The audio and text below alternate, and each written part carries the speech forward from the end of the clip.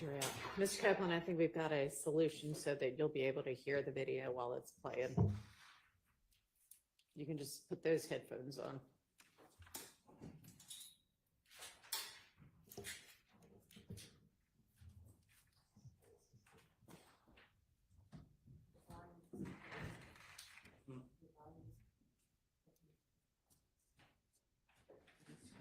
Oh, it's not right there.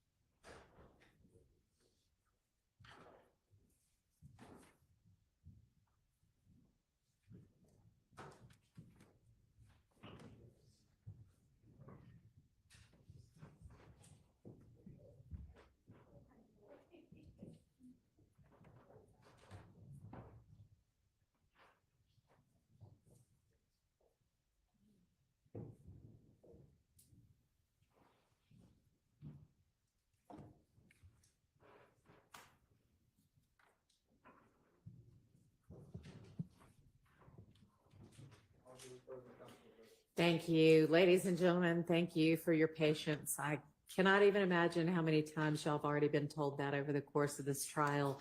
As with so much with modern life, technology makes things easier for us sometimes, but it also gives us some headaches sometimes. But I think we're ready to go now. So, Ms. Hilton, you can go ahead.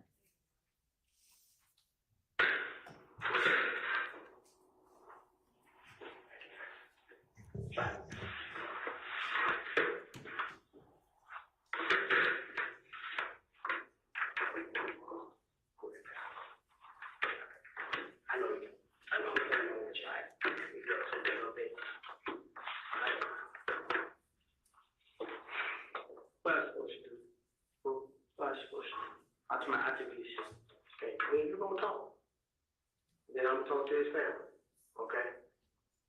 I'm gonna let his family put it out. But please, Kim, one thing at a time. Okay, Kim, one thing at a time. All right? I know, man, it's frustrating. He's not gonna stop. Okay. The brother is gonna, cause I don't know what I did to this man, bro. He won't. I've been face to face with him, bro. I shook his hand like he's over it, bro. He's not beefing no more, bro. You feel what I'm saying? Because that's why you gonna sit down and you gonna tell me what's going on between you and him, and then we go from there. Okay? What's gonna happen after the date? What you mean? When I go here, okay? So, I'm gonna take care of that for you. Like I said, get the family, his family, to tell them to leave you alone. If they ain't got no proof showing that you did anything, they need to leave you the fuck alone. Yes or no? Yes. Okay. All right.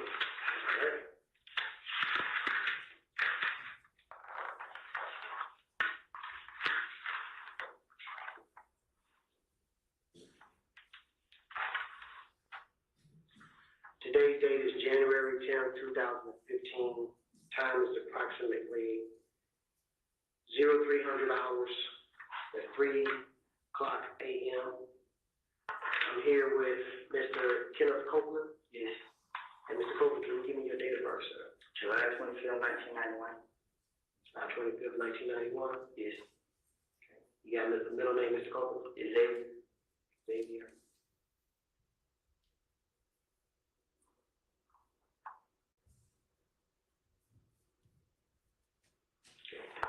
Here's a reference to the homicide investigation of victim name of Donovan Thomas.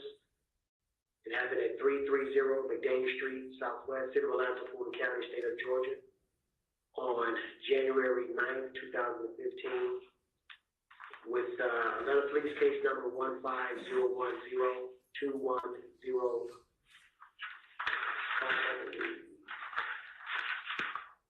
22106.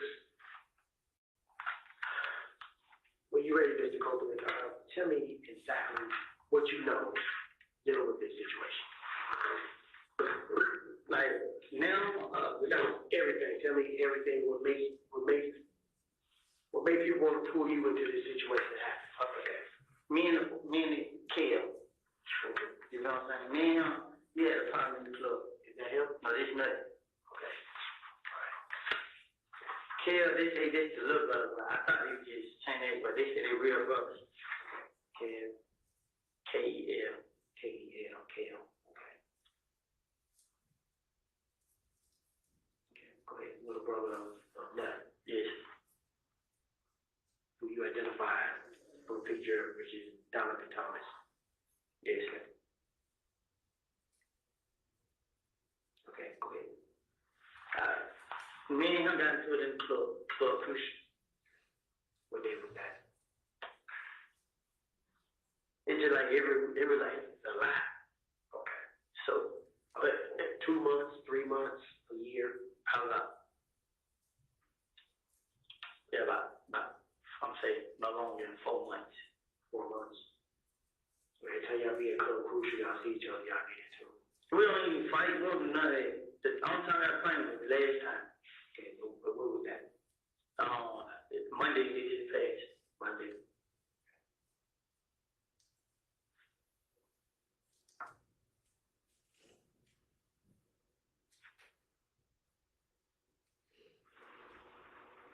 Okay, go ahead. So all the time we get into that club, you know what I mean? They shoot birds at us, we shoot back at them. You know what I'm saying? All of a sudden, we go outside. Don't run on that, don't nobody fight, don't nobody do that. You know what I'm saying? Everybody just go outside. We leave. This every time we got to the club. But last Monday, we in the club. But this Cascade Cameron, it was Monday. I think it was Sunday before the Monday. But if it wasn't this Sunday, it was the Sunday before that week. Me and Kel, I seen Kel outside. So I'm like, hey Kel, let me holler at you. So, as me and Kel standing right there, we talking. We talking about everything we gotta get each other. So, as we talk, we like, it's over with. They challenging COVID. So we like, it's over with, we ain't different no more.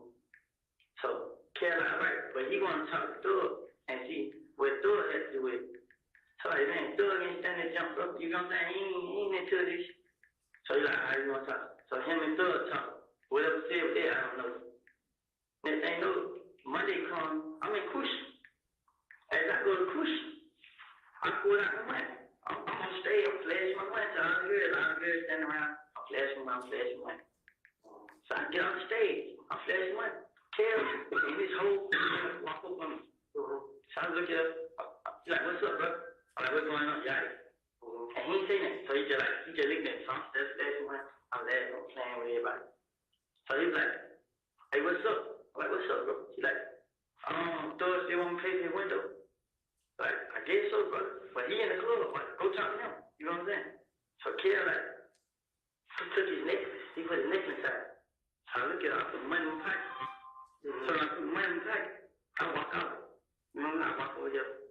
I look at him. So he turned around, he tells somebody from the ear. So I walk towards the kitchen. When I walk towards the kitchen, all of them walked behind me. I was by myself. So when I get to the kitchen, I see everybody walk behind me. I try to turn around and go back to the stage. Kel punched me in the back of the head. So he punched me in the back of the head. He pushed me to the ground. He tried to go in my pocket and get my money. But as I hold on to my money, the other guy was punching me out in the face. But I didn't care. I was holding on to the money. So as they punch me, I get out of it. I run. So they say everybody, some more guys, they knew me. They can't help. So they fight. He goes out the club. We got outside the club. Lil J like, I'm like, Lil J like, what's up? I'm like, but how you get jump on me like that, bro? Y'all try to take my money. So DJ? Yeah. The rap DJ? The rap. So I'm like, yeah. So Lil J like, I ain't got nothing to do with it. You know what I'm saying? So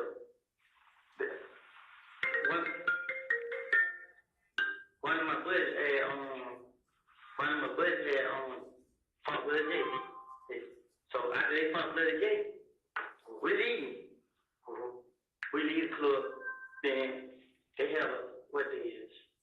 Today, Saturday, yesterday, Friday. They have a meeting. The meeting, like it was a blood meeting, and the meeting was about me and Thug. You and Thug, me and Young Thug. But the whole time, I'm telling them like, what Thug got to do with this, bro? Young Thug was just talking. Young Thug, the rapper. I'm like, what he got to do with this? You know what I'm saying? So I'm talking to him. Like, He with you. I'm like, bro, it ain't no beef, bro. Like, I ain't staying out these out there. You feel me? Don't pay me no shit down for y'all. No, I listen, but it was the guy that was at me. Said, so the guy down the road, Mo, he's supposed to kill me and your son. So I asked, I got 10 minutes on my phone. I text my phone like, I ain't bro, y'all gonna kill me and thug? And I said, let's say, like, ha ha ha. And he like, bro, what you talking about? Like, ain't that like they said? So another guy told me like, ain't that like they said? I'm like, okay, they just lying. He like, yeah. So next thing you know, okay, after that, he said, so my other buddy like, man, they really on something like, they let it, there ain't no more beef. They gonna try to get some money. I'm like, bro, look, bro, I talked to Kill, bro. I talked to him one time, I talked to him again. I ain't standing with you having it, so they ain't taking money, they don't mean that. So he like, alright, I'm gonna try to get it over him. And he like, shot on one time. I'm like, what? It ain't about me, so I'm still telling like, what's up? Why you gotta get me? What have I done to him? I ain't never talked to that girlfriend. I never did nothing to him. My wife get me. Next thing you know, it's a gambling house. I used to be it. And we used to gamble now. You know, that Lakewood. They go to stand on top of the roof and shoot inside. So they stand on the roof shooting inside here. And then they leave.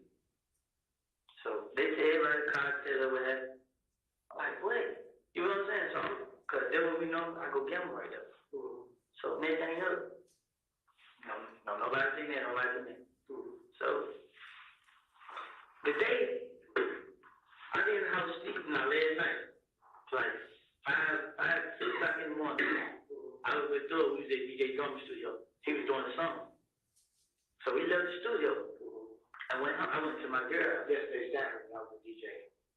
The day Saturday, like the sun just when I was Saturday. The day Sunday, right? Yeah, the day Sunday. Friday, like late, like okay, Saturday morning. I went to my girl's house. It was like 5, 6 o'clock. So I was tired, so I went there. Me and her did that, laying down. So I stayed there. I was asleep. Honestly, God, I was asleep the whole time. So she could go meet her dad and he get her a car, she go to the mom or something. I stayed there the whole time. I didn't go nowhere. I sleep. I wake up. I look, she still ain't got that. I called, that's what she at. She somewhere with her dad and well. I'm like, dang, you must have got over here. You know what I'm saying? Like, you forgot over here. And she like, nah, you sleep, this and that and that. She like, where you at? I'm there right here. So my brother called me. So he like, you want to come? I'm like, yeah, bro. He like, well, yeah, I told him I was at Deshaun. So he like, okay, I'll be around. So I called Deshaun back like, what you just? So she like, how you gonna lock the door? So I'm like, I just jump over the balcony and you just lock the balcony when you come to the house. So she like, okay, but it was somebody staying in the room right there where she stayed. When I jumped the balcony, he was walking down the steps, so he seen me jump the balcony. You know what I'm saying? So I got up my door. I went to his house and changed clothes. You know what I'm saying? So I went to change clothes. Take over to your brother's house? Yes, I changed clothes at his house. But what time was that? It's like beginning of 7 o'clock. The clothes I had on to now time on the floor.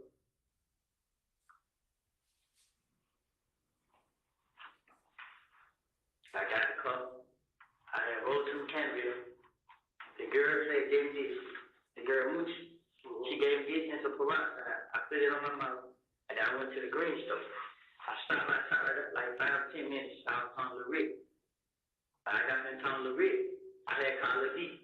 Like, where you get? So he's like, you on Cleveland. I'm like, I'm to pull up. So I ride on Cleveland. When I get right up at McDonald's on Cleveland, Lee like, well, they say, nothing, they got killed, bro. I'm for real, bro.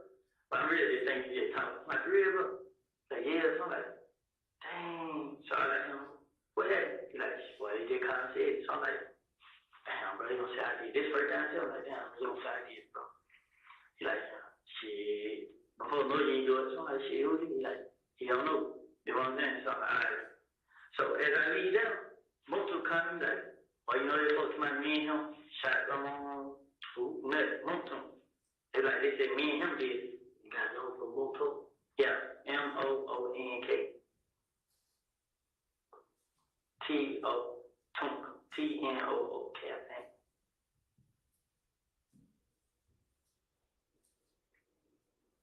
So he was like, they said photo for him. were you and him riding around earlier today?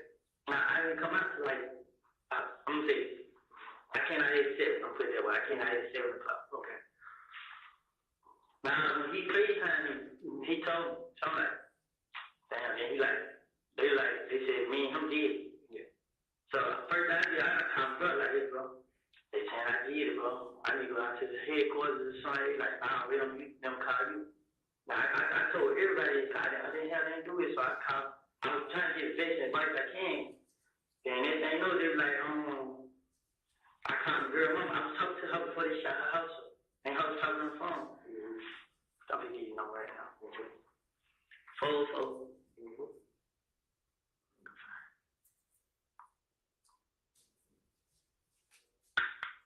$662 8935.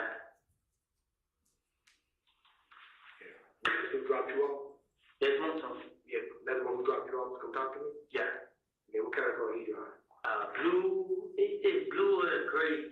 It's a Malibu, the new Chevy.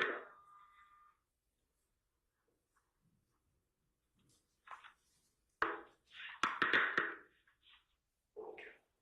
Is it blue or gray? Which color is it? It look like it like a light gray. I mean, like a light. It's a color like probably like gray blue. Like gray. It's a Malibu. It's an Impala, the new kind. Is it Apollo or Malibu?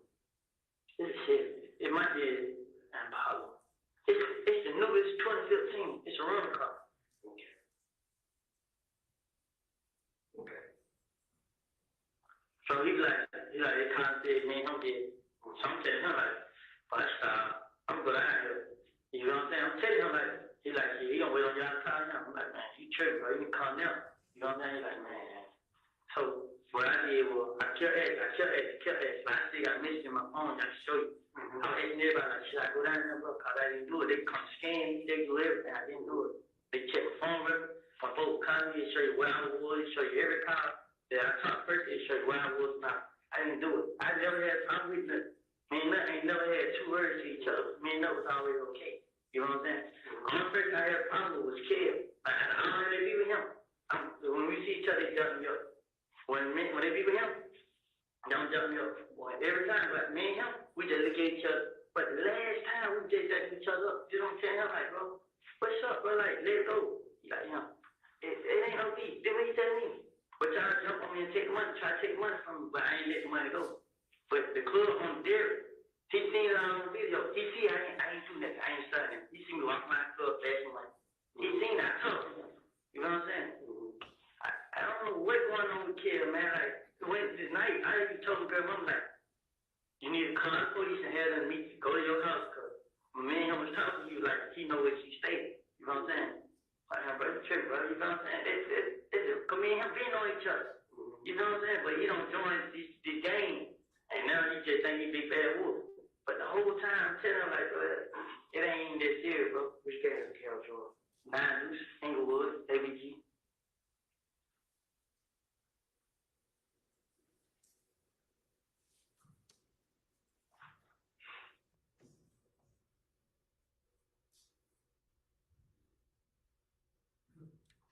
That's Bloody J's group, man. Did you know Gangster? You know Gangster? You know. Oh, you said, is he a gangster? No, I said, do you know his partner, Gangster? Oh, no. Bloody J Gangster. They said, Blood J Clay County. Short, stocky, mustache, Yeah. beard. Yeah.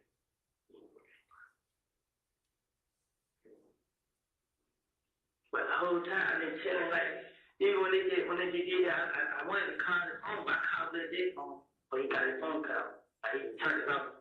Hey, I'm trying to tell him, but I didn't do it, bro. Yeah, but he got it off. That's okay. I'm like, bro, but he ain't. I think calling the other person I know about, like, man, ain't no use, but they gotta shout my house.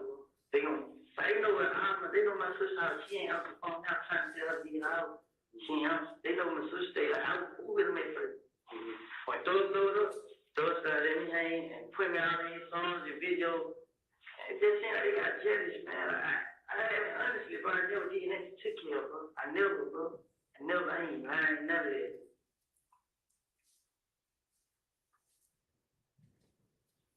44-518-9892.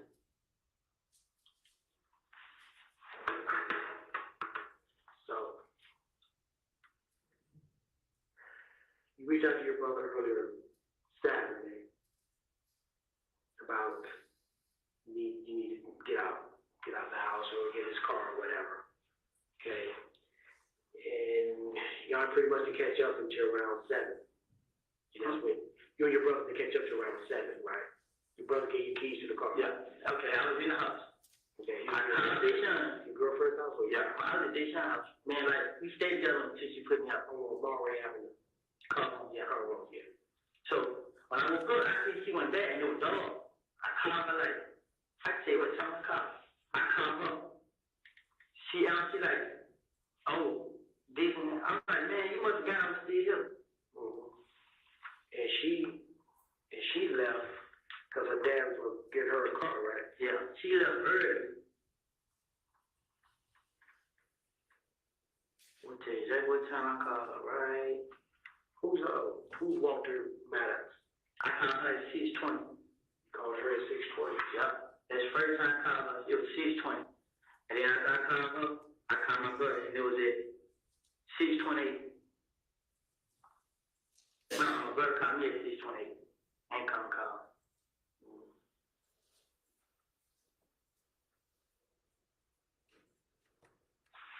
Who's Walter Lee Maddox? Who? Who's Walter Maddox? No Y'all- nickname? Did y'all ever rent or own an Infiniti? Infinity. Y'all ever rent one of those cars before? Have you ever been stopped in an Infiniti before? Have I? Yeah. Had an accident in an Infiniti?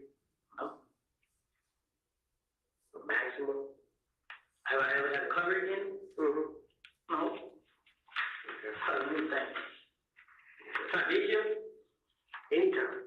I had a coverage in that Pontiac. That was a couple years ago. I ain't had no coverage. I ain't had no red sleep. I ain't have none of it. What kind of car your brother drive? Who was that in them? A white Dodge Charge. This truck car he gave me. Your brother got 2 cars? Nah, his girl got a car in the car. He got the Dodge Charge. Yeah, she got the little ugly little Melody. Like 19 something. 2014 Dodge Charger? Yeah.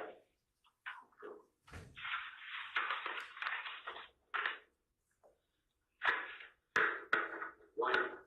Yeah.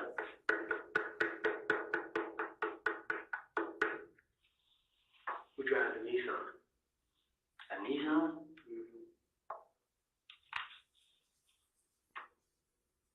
Mm-hmm. What color? What color is it? Gray. I like that one. Nissan. Okay. Y'all ever had a Infiniti gray? A gray Infiniti Q45 before? A truck? No. A car? Yeah. Like I know of. I actually brought him maybe his car. A red car he had rented or something like that.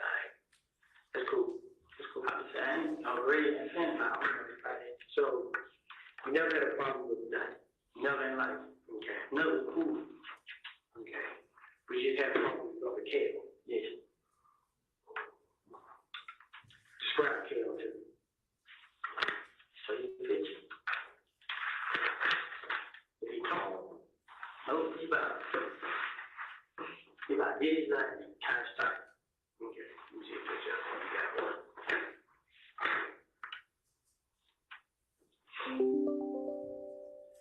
See, it was more talk, they dropped you off?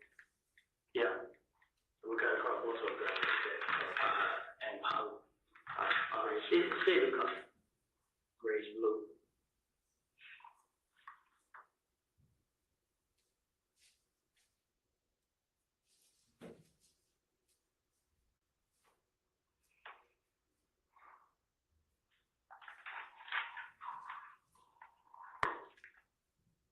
This the Camaro right there. This the way it goes out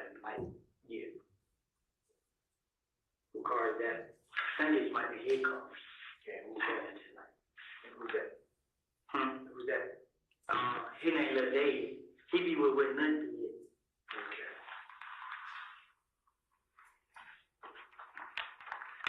So, Lil Dave know where your girl mom is. Like she stays in the neighborhood. They from somewhere. She stays in the neighborhood. It look like he took care of her page. I know somebody else who got one. What his name is? What his name is? I can't. That was 12. Maybe 12.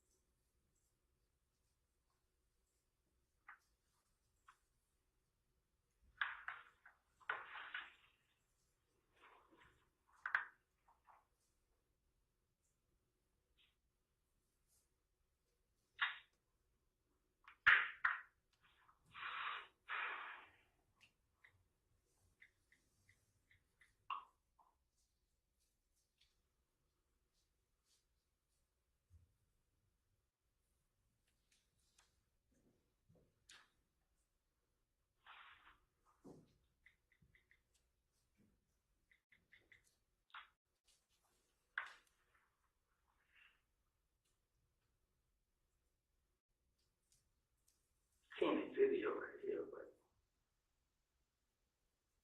his video on Blood J page, but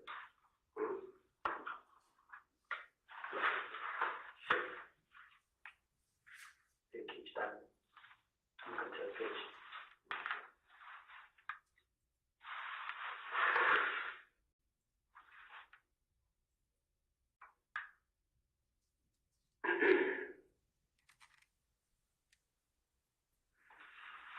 I'm gonna hit H1B. See. They hit paid right there. Hit private. Okay.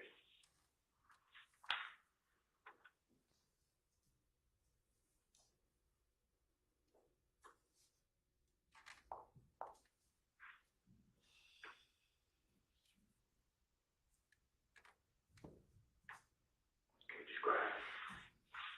That's it right there. It ain't no room. Okay, how you doing that? Describe kids.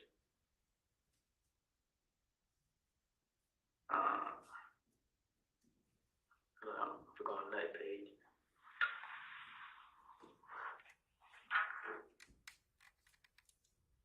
This first page we got kid right.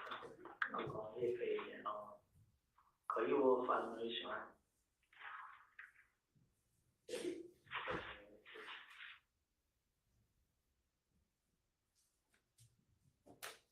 He got a picture I just seen.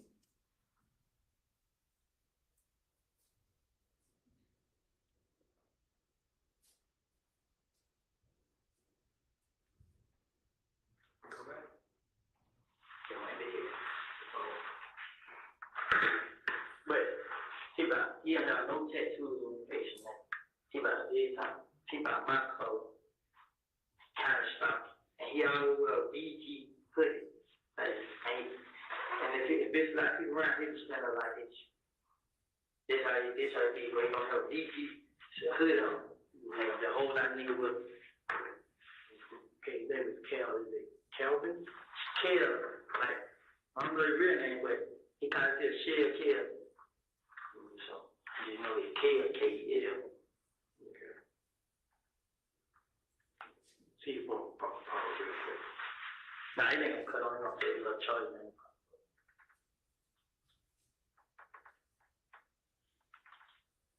Yeah,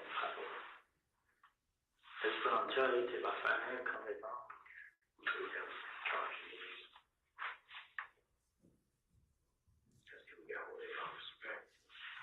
All right.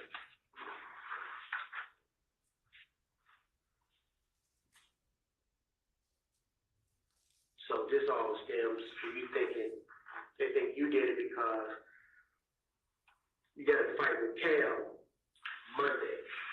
Honestly, I get blamed for everything that happened. Like, my name comes up in everything. Everything, like, even my that first time they ever come in merge, so I didn't know what to do. You know, so you and Monto, y'all wasn't together until later on today. No, we didn't get together. So I called him to him. Most person told me, and then he was like, so I called for advice, like, hey, bro, what should I do, bro? Like, cause I asked my brother, like, wait on for you. I really wanted to come out on my own and just talk, like, then when they started shooting at the house, I really didn't know what to do, so I tried to get some advice. I called Monto, come, like, I'm telling Monto, like, what should we do? So yeah, like, I told you, he was like, bring me down here, you know what I'm saying? He came, brought me right here. Like, you gonna come in? He's like, I wait around, call me. Okay. All right, well, this on you then. Okay.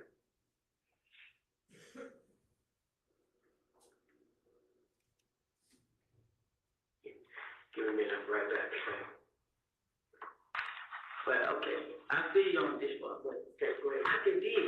What What I'm gonna do, bro? I mean, because I know they, I'm gonna talk to Nuts' mother, and Kel is Peanut's brother, right? I'm gonna let her know what the deal is. Okay. All right. So we'll take it from there. Okay. They continue to do, and you see who it is. Okay. Call. If you see them run around the neighborhood and you know what they're about to do, call.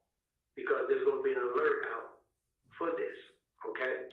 I'm telling you, like right now, the only reason I'm scared because I didn't do it, and I don't want, I you know feel what I'm saying, that can have to be on my all family. you do is extend to his brother to extend to them. And if I'm able to talk to Kel, I'll let him know the same thing. If his mother go ahead, maybe get me in contact with Kel, I'll talk to him and see if that is him and his crew doing that. It is. I'm not gonna sit here and lie about it. It's him. Let me ask you this, to be honest. Do you belong in the game? I was. They really were. Like, they man, I'm talking about, it's supposed to be about me not being down with it no more. But he don't really know what to do, because he said he's like, hey, me. Okay, so you got ABG. Yes. But it was in 2000, I had went to jail in 2000, I think it's 2015 now. I went to jail in 2013, 12. I went to jail in 2012, and I did a year. But when I went to jail in 2012, I didn't get down with the game. I told him I went in. So when you got out in 2013, you told him no. I never told him. I just started going around and I went playing. Okay. You know, so now they see me with thug, and then I'm playing YSL. I'm like, you know what I'm saying? It's real. So I'm gonna get some money. And that's what we told a couple people. You know what I'm saying? I don't know if that's what it's about, but that's what you're supposed to say. You know what I'm saying? Yeah, I messed up on them. So I got you. Yeah, so they got the ass with you. but I know they saying like, I just know it ain't gonna be over with. I did something. I know it ain't, you know what I'm saying? I ain't trying to go to jail, I ain't trying to jail, I ain't trying to go to nobody, none of this. Me and nothing ain't never had a problem. You know what I'm saying? Somebody, I was showed you, a person come on my Instagram page and say, you gonna die tonight. They come on my picture and say, On your Instagram? yes, you gonna die. What's your Instagram page? WOODY 372. WOODY 372.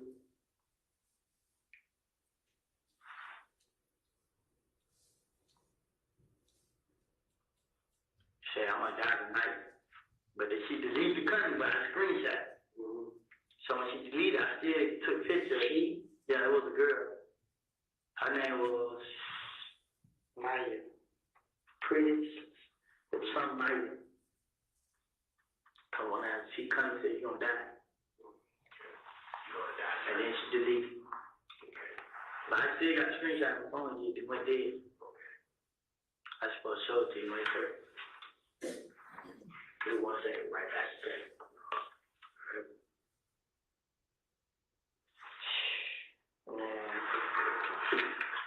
Right back.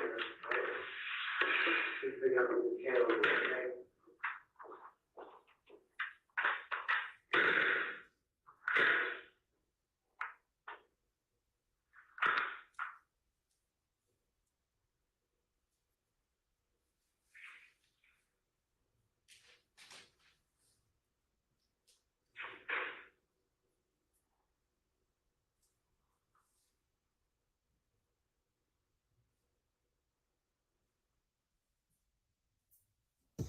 All right, we're gonna pause at 3:32:11 and resume at 3:35:48.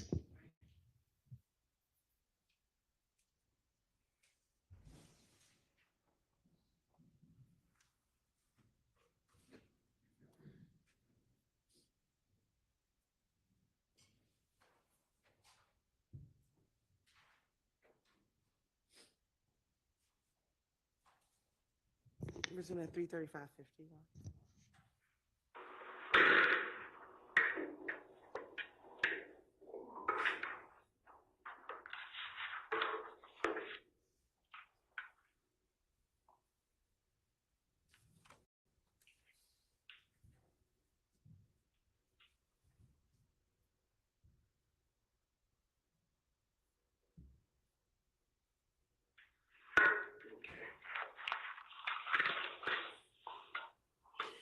We got no for Cal, do you? You got no for Cal? No. I had. Yeah. Who's that?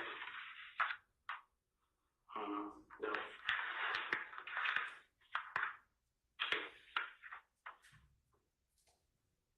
No, them ain't here.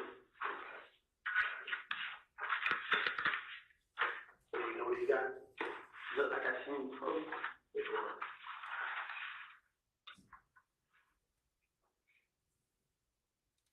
Look like I seen both of you with the kid.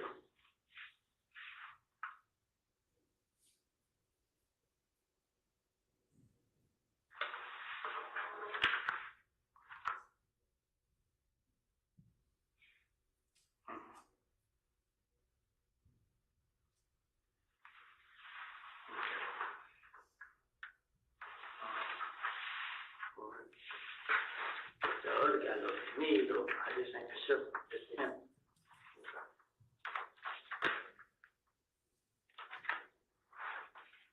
All right.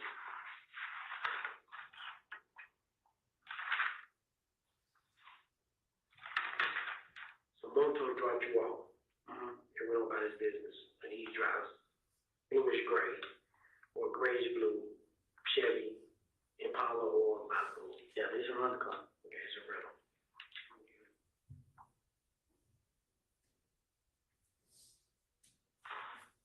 You don't know Monto's real name. Okay. I had made a move to him like around. I got a move to him like. His FaceTime. He told me that. Or what time was that? What was his FaceTime?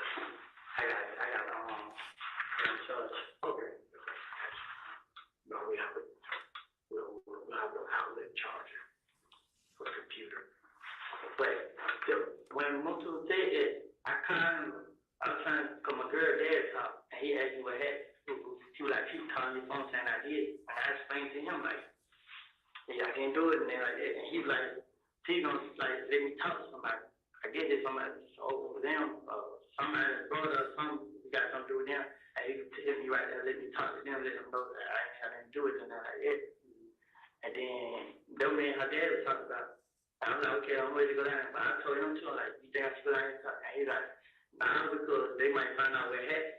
You know what I'm saying? And then you ain't got nothing to do with it. They just, okay, just like when they come talk one time, you just go down there and talk to them, then y'all go do that there. But I was nervous. Like, I was scared. Like, just I didn't know what to do. Like, I want to go to the house, cause I didn't know that. Dang, bro, like, everybody gonna sit here and say, I did that. I know, I go through this every time. Like, the guy got robbed. He blamed on me. Then next thing you know, he found out who did it. Instead of him just going ahead and admit that he was wrong, he still let people think it. You know what I'm saying? So I can't do nothing about it. And now somebody's dead, and they think it's me. But I can't. I ain't afraid of. You know what I'm saying? Nothing. But I just don't want to go to jail or die about somebody to do. And I didn't know, he had a point, Kel had a point to who, I don't know. But it just, now, like, he constantly. He just won't stop, bro. Like, it ain't nothing I can do. Like, I can do this, I house, my brother's house. We gonna spend night together and everything, not care, but the ones that be around. And yeah, our little son, like, that's what it means, like, I don't know what it was, man. I honestly, I can't, man. Like, I'm so confused right now, so me and Nut, each other, we deaf each other. He like, what's going on with you? And they did chill, man, type of shit, man. He like, man, they about to be a thing going on. You know what I'm saying? But it's just something, man. I didn't know right now. You know what I'm saying? Like, you can talk to him, but somebody still gonna think I did it. Like, no matter where I do, where I go, you know what I'm saying? I got sisters and brothers out there too. You know what I'm saying? I just feel like now everybody thinks they just shot a girl mama house up. So I don't tell what they gonna do to my brother and sister. They gonna see one of them. I didn't have nothing to do with this. Like, I never was deaf on nobody. You know what I'm saying? I would never stun them, but I still ask me like, wait, what y'all got to do? You man, don't have no money now? So I just talk like that, you know what I'm saying? I thought I was talking money. That's how I talk about money.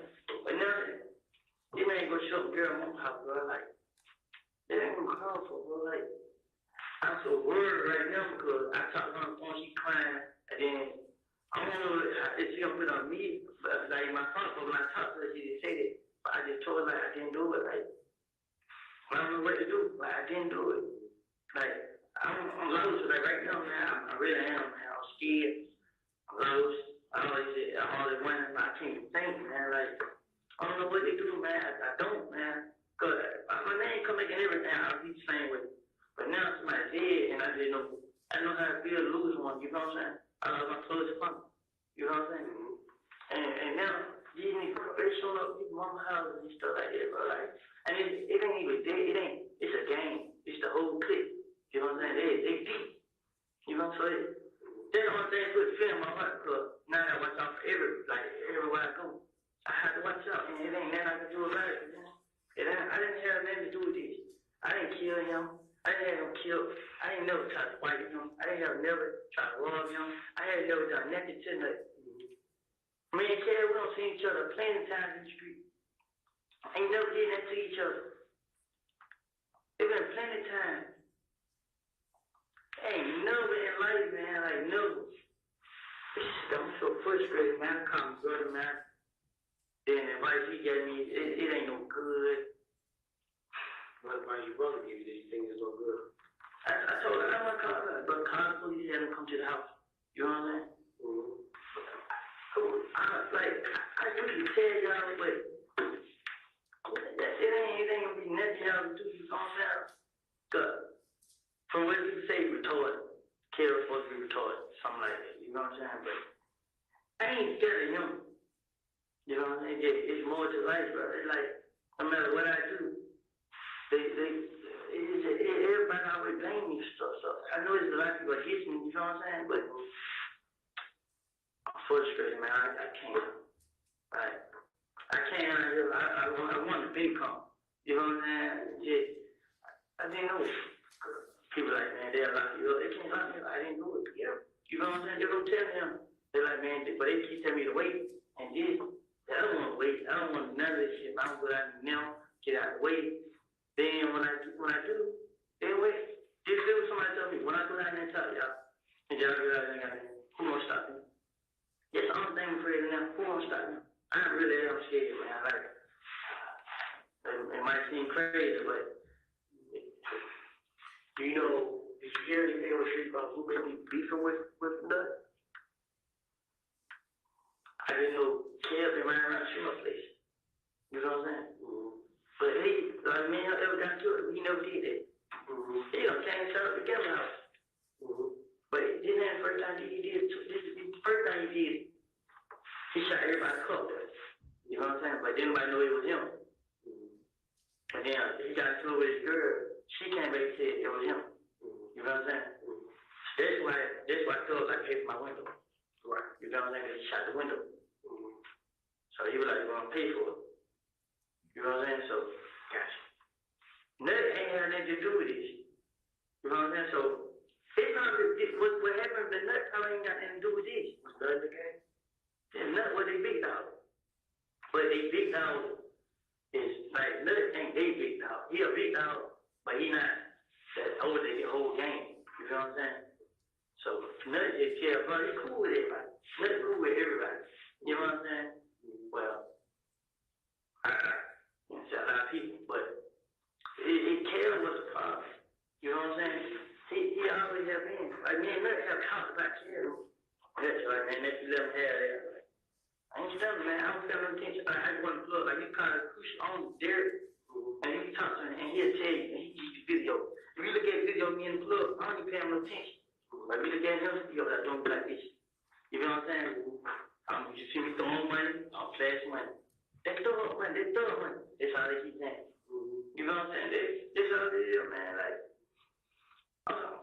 you know, I don't know, man. I don't know what to say. Know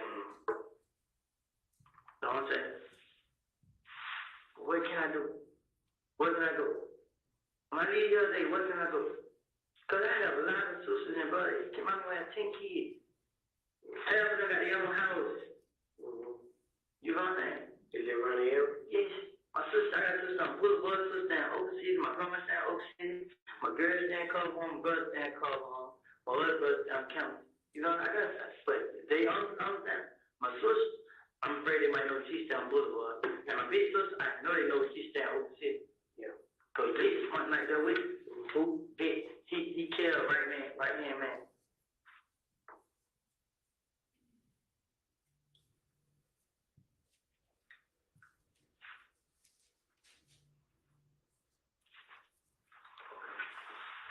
All right. This will conclude the interview with Mr. Kenneth Copeland. Ending time is 03:48 hours, will be 3:48 a.m. Talk to your brother real quick and then okay. Okay, what is You know what, we'll talk to you here, okay? what like this what I'm not kidding like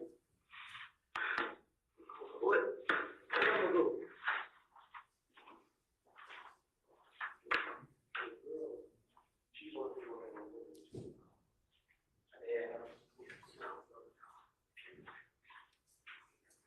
No.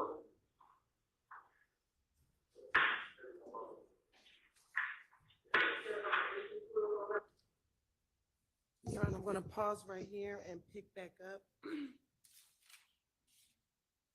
at 3:50, excuse me, at 4:05:03. On the,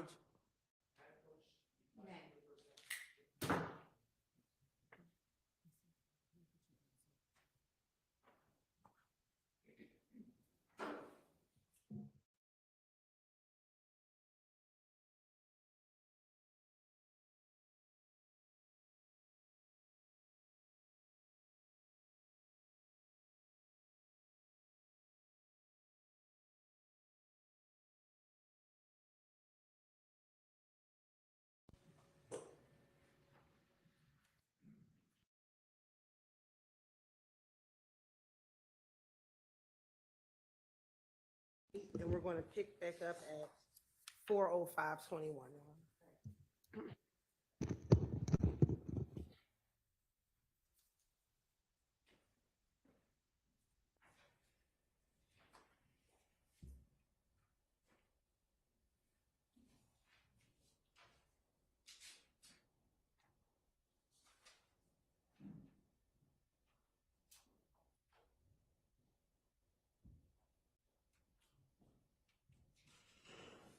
Restarting at 4:05:05.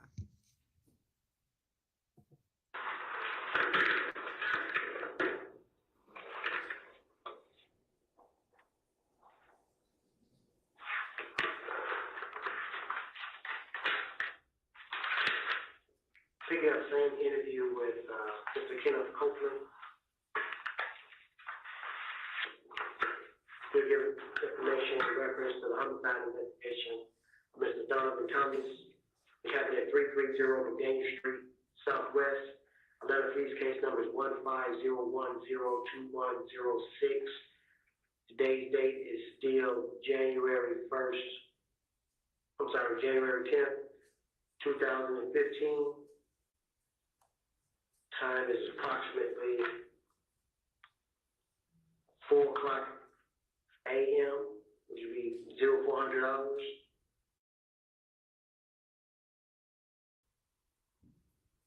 Okay. Mr. Copeland, go ahead and tell me what you just advised me of in the office. And you can, sir, you be in detail about what was going on today and every event that happened today. Okay. Okay, I left my girl's house. My brother gave me the car. So my brother gave me the car. I had to pull up in Mechanicsville. The year which gave me a little bandage for my mouth.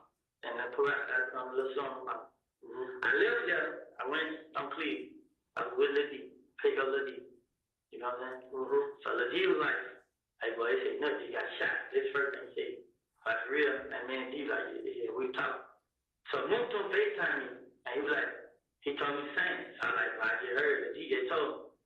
So he was like, yeah, he's like, you know the name is Scream. So I was like, who? I like, shit, you know, I already know. He like, yeah, but even he got shot, so we wouldn't think it was a big deal. So like, all right. So Moonton like, you better come out. I like, all right, come when you come out. So I got a phone with him. So I took the deep down to the whole house. I'm gonna scream my name to the girl house. I went and got this young. I put up at Georgia's house. I called her, she came out the door, she got out the door. I said, hey, where does JoJo live? She stayed on Metro Plaza behind the Chevron. And it's a little apartment.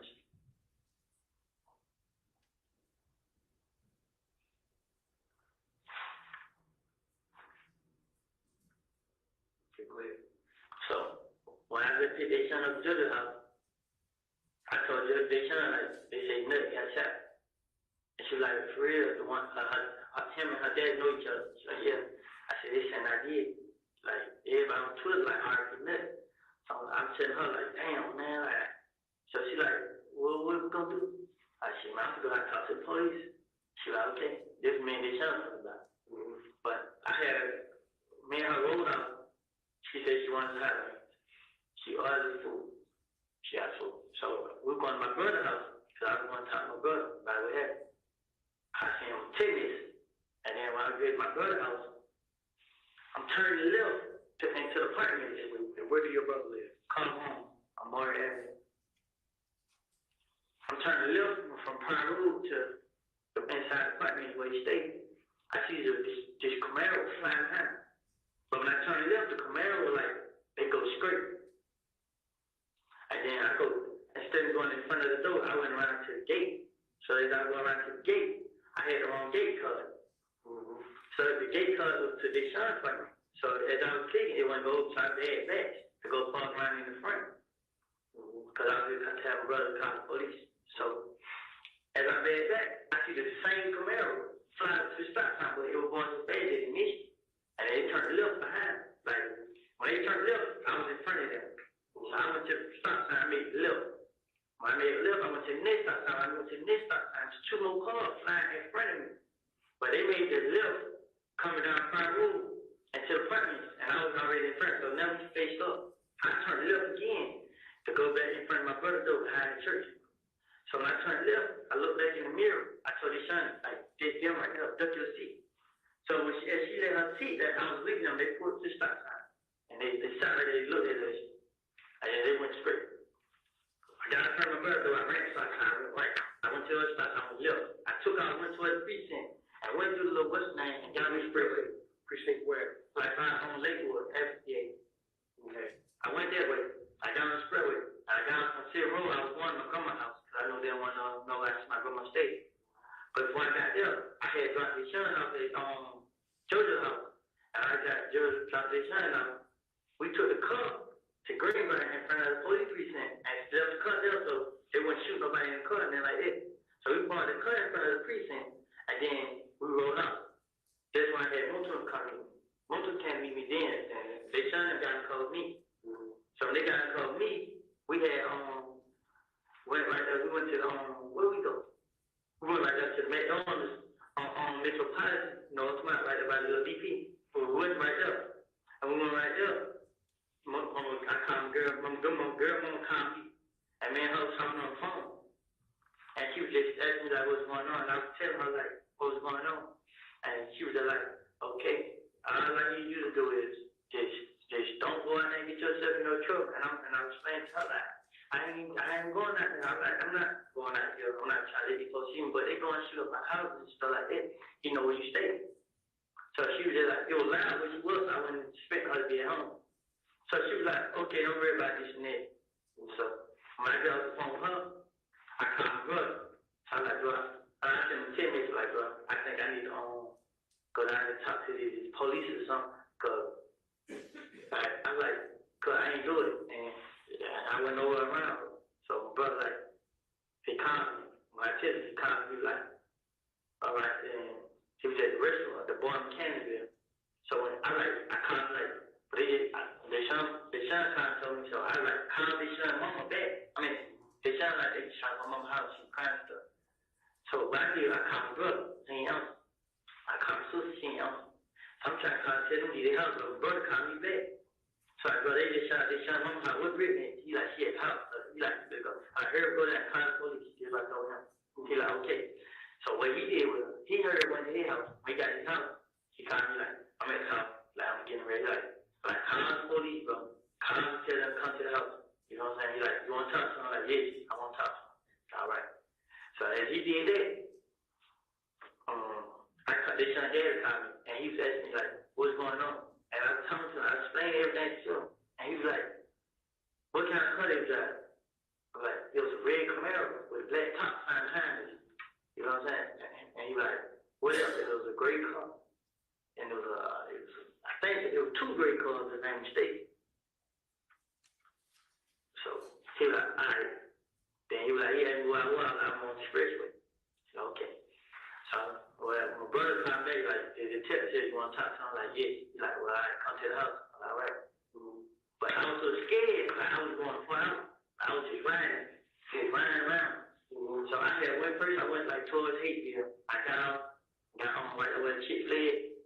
I had got on right there, I rolled down, went to the gas station, got the gas, got the country road. I went towards Lynch. When I got towards Lynch, Deshaun had called with you right there. So when she called with you right there, she was like, you like come down here and talk. So I was like, all right, I came from Lynch, came right here and talk. And let me see, what else? They like, besides all this, everything, I had went down the door house and like, see what going on. Like when these folks that can't shot this young mom house. Like, for real? Yeah, I'm like, oh, what I supposed to do, bro? Like man, dish out of the way, bro. Let 12 handle that. 12 deal with that. That's all he kept saying. Like, man, bro, you talking about let police handle that and deal with that, bro. These folks kill him son. He's like, man, folks, he know them better than that. I mean, them folks. I honestly, it got me lost on confused, on frustrated now, but I ain't do it. I ain't have nothing to do with it. Can't nobody say they seen me do it. Can't nobody say they seen me do that. I ain't have nothing to do with it. They come shooting at my house. They ain't got down to the bottom of the story. They don't know what's going on. First thing, come right in. First thing they did. First thing, like, my name covered everything, but some people are trying to hear out. Some people won't. You know what I'm saying? But I know what it is. You care. Everybody call the phone. Be careful. It's a lot of them. They got a lot of them.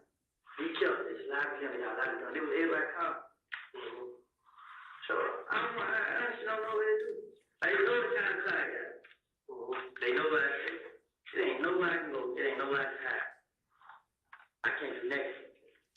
You got the white Dodge Charger, right? Yes. What else you have? That's it. So my brother called. He let me drive. And what kind of car your brother got? That little gray Malibu. That's his latest car, right? His girl. And what car he drives? The white Charger. Like, he just gave it to me tonight. He like, you want, I was in the house sleep, and he like, you want a cup? I'm like, yeah, bring it to me. I'm like, damn, oh yeah, they son there went to the movies too. So, it was that. I gave his son a cup when she went to the movie. So it was 11 o'clock. I know the time it was 11 o'clock. She like, move over here. It was her, Bull, and Dime. It was them three in the cup. They bought the Greenberg. And Dime Coalition. And you caught up with her at 11, not 9 o'clock. I called them by 11. So they had went to the movies. I gave her the cup. Okay. So they were about 9 o'clock. They got behind us. And then they son and got coming to the movies. when she got back from the movies, I told her, like, she told her dad she going to meet her dad at Blue Flame. And I was like, why are you riding around my car? You know what kind of car I got. And she like, well, she plugged it. So I was just like, plug it anyway and get out of it and get in close to my ear. Forget the cup, you know what I'm saying? Just, you need, just come on out first. And she's like, well, so when I called her back, she answered. I kept calling. And then she finally answered. And then she was like, she on the road just playing Cascade. So I'm like, well, get up in near She's like, near Ed with Greenbrier. I'm like, get all right there, I'll come meet you right there. So she got all right there. I met her. I can't meet her right there. You met her too.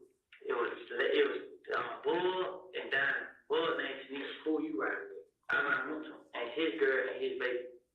It was them three in the car and me and them three was in their car. And they got in the car, all of them got in the car. Okay. Cause Moontoon trying to find somewhere to take his girl and baby. I think they know what they say too. So, but he said, I called one of his name Big Timber though. He said Big Timber called and told him, but they said me and him did. So that's what he came and told me, but I got him like, bro, we need to go out here because they can scan us, they can tell we lying to tell the truth, bro. And he just like, shit, man, I go when they come, but you can call him now, he'll come. Okay. All right, bro. All right, that's it? Yeah, that's all. Okay. If I have anything else in him, I come right back down to the club. Okay. I ain't got no problem with that. I do this and I did it. It is now 04:18 hours. It'll be 4:18 a.m. Conclude another statement from Mr. Kenneth Copeland dealing with the homicide investigation. Mr. Donovan Thomas. Atlanta Police case number is 150102106.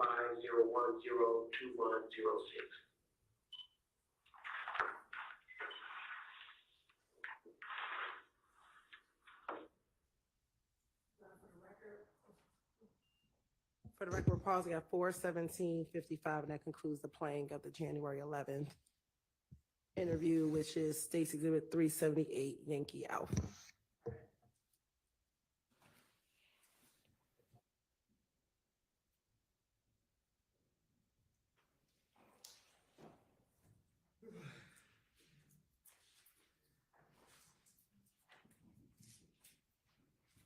Yes, I can go to the bathroom? yeah, we can all take a bathroom break.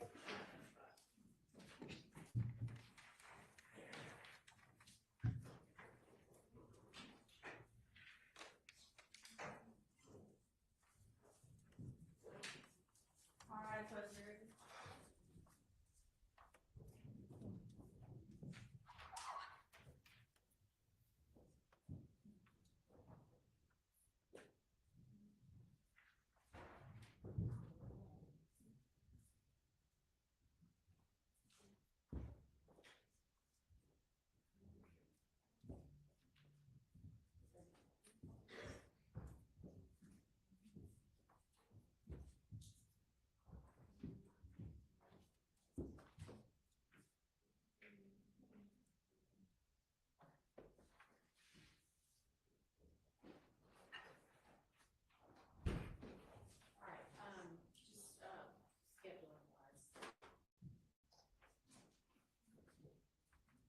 What's after this? It is the state's intention to play the rest of the videos. However, I have not heard anything from defense counsel regarding the redactions I sent over to make sure that they were okay with the redactions from the January 28th. Okay, The well, February presumably they had plenty of time during the hour it took for us to get the technology up and running for Mr. Copeland to be able to hear. So are y'all ready on the defense side to provide those over to the state so that maybe we can work over the lunch hour? And I'm sorry, I should be clear, Your Honor. I know that Mr. Steele is working on February 20th that he needs to give to me, Uh-huh, but the other interviews are what we discussed 2 weeks ago. And right. so yesterday I sent over the transcripts with the highlighted areas to confirm Okay. that those are the redactions. And so I haven't heard anything. Well, that shouldn't take much time. I mean, is the defense pretty much ready to go on? So, Your Honor, my understanding from communications with Attorney Hilton is her intent is to play the 2:20 interview next, correct? so long as we get the redactions, but if I don't have them, I don't want to delay, so I would go to 128. But if we get the redactions and we can deal with it, then I can move forward. So the 220 redactions are not something that's already been redacted. That's the ones that Mr. Steele was saying need to be discussed. Regarding the other redactions that were the transcripts that were provided yesterday, I have Mr. Mansbach and Mr. Kokomo checking behind them. We have them checking behind those redactions currently, and they're actively working on that, and we should have an answer for that soon.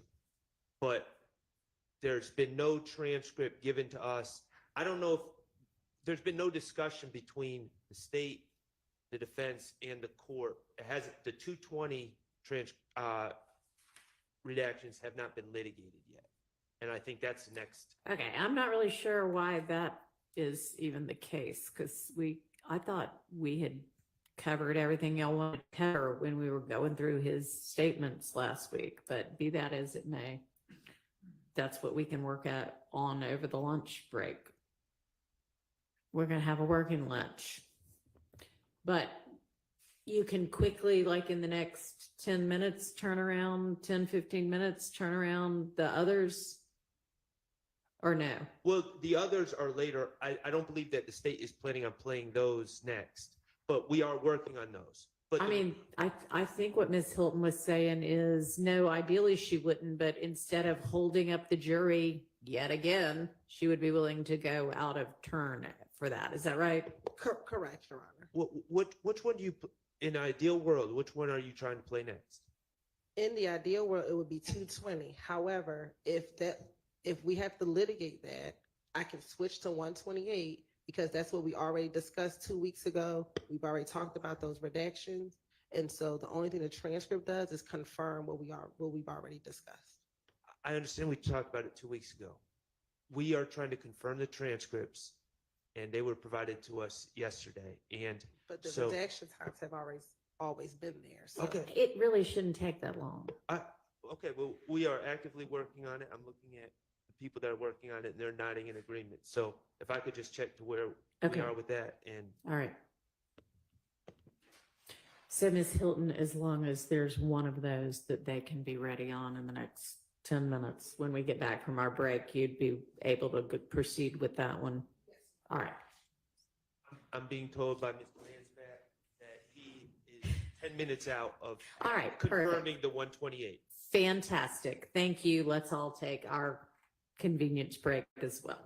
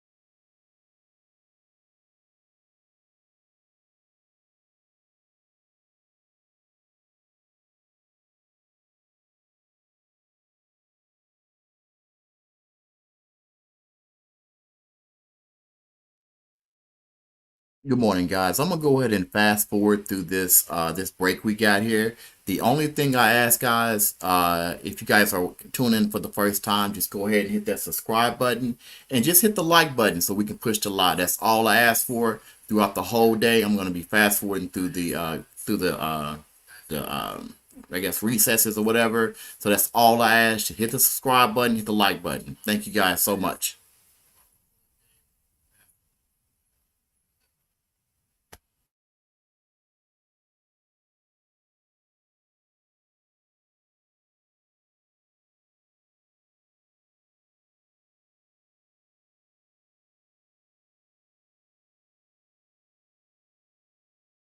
state's going to address or to take care of that oversight. Is that right? Y'all gonna take care of that oversight? Yes, Your Honor, and it's actually page 65, line 5. Yes, Your Honor. All right. Now, Your Honor, as it pertains to the January 28th statement, on approximately page 180, and I can get the transcript and we can talk about the specifics. There was a portion that I wanted, that the state wanted out, and that was where Mr. Copeland was talking about who we think may have done the Donovan Thomas killing. And the state said it was hearsay and speculation, and I argued that it showed that he was talking about he wasn't naming our clients and was saying other things, and Your Honor ruled in our favor. They've taken that out. Okay. Now, I don't know if my stance is we're telling the jury that we're playing his statement. Right. And strategically, I understand that they might want to keep that out and keep that from a jury. But if we're telling the jury we're playing his statement, it seems to me that it's gamesmanship that doesn't really make a lot of sense in this trial. If they're going to make us get up and replay a statement, and we're going to have to reestablish context just to play 2 minutes. And if, character stuff, that should come out, but to selectively choose what you're playing, I don't think that would be appropriate in this circumstance. They've got a point there. I mean, if we're basically, taking an hour long or 2 hour long or however long it is statement and saying, here it is, you ought to kind of have to take the bad with the good.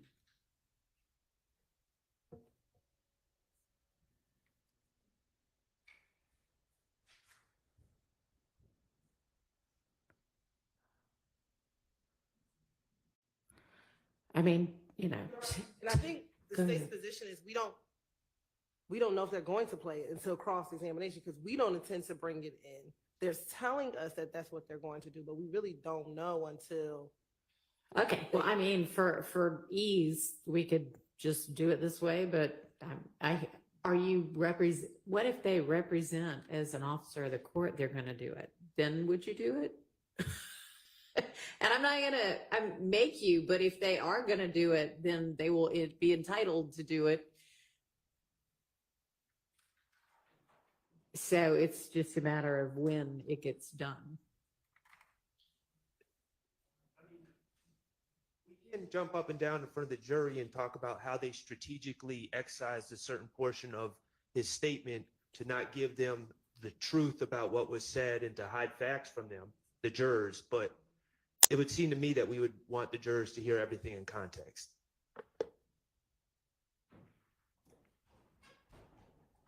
So can I ask specifically which lines you're referencing and what timestamps?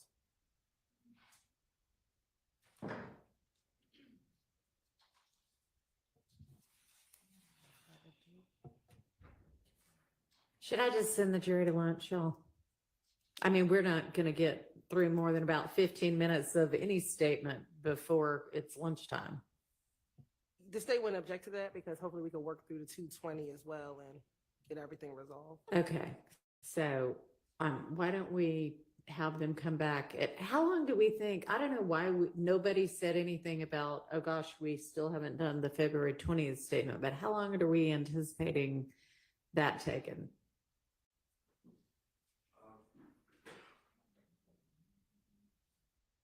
15 minutes and I. Oh, okay. All right, great.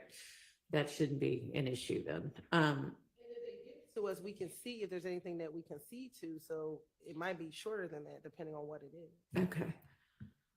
All right.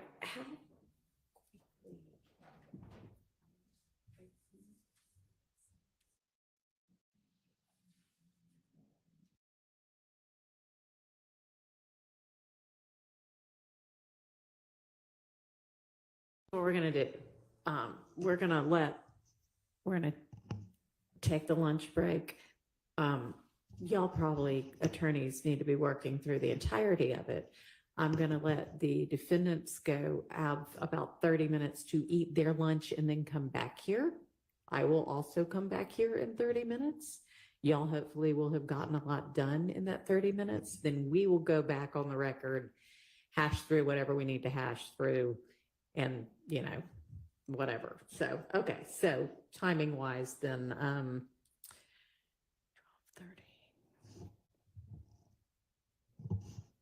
Why don't we have them back at 1:15? And hopefully that'll give them a nice break and us enough time to get everything done. All right. So we are on recess till 12:20. Okay. Y'all probably shouldn't leave at all, but go feed the defendants and I'll be back at 12:20. No, y'all ought to have crackers in your bag. Okay.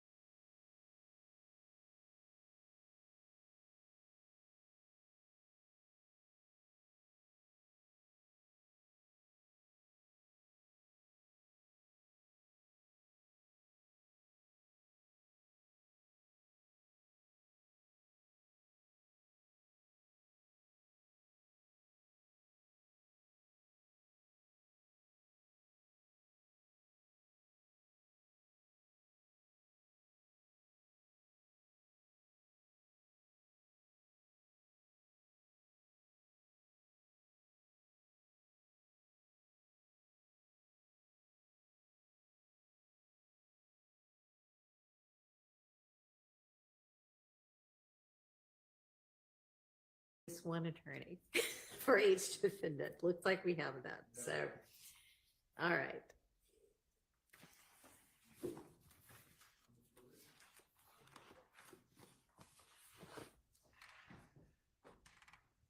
All right, let me get this statement pulled up.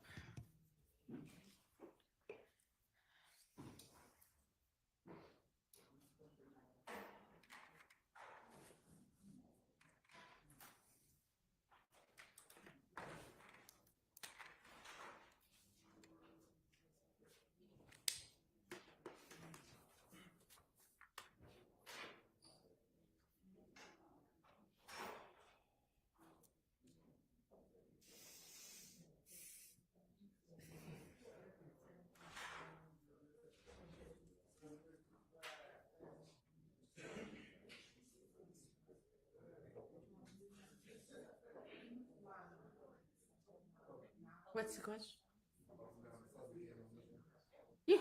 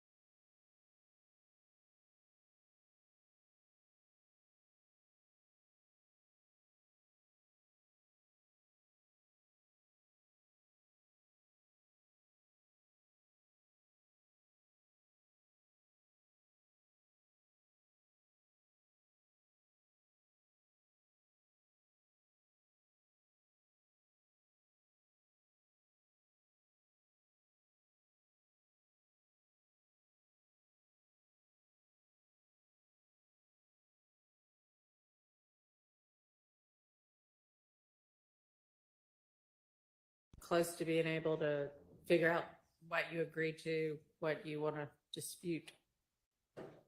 We're ready, Your Honor. Okay. All right, so you want to tell me, I'm sure you've got Mr. Steele's proposed redactions in front of you. We can just go kind of paragraph and then subparagraph down through it. Does that work? And you can tell me which ones there's agreement to and then which ones we need to hash out. Yes, Your Honor, and my timestamps are going to be different because I think Mr. Steele was looking at an MP4 Okay. and I was looking at evidence reviewer, so I have the actual clock time versus I guess the MP4 time, but I can tell the court we can go paragraph by paragraph, but I think it could be, I can tell you what I can see too.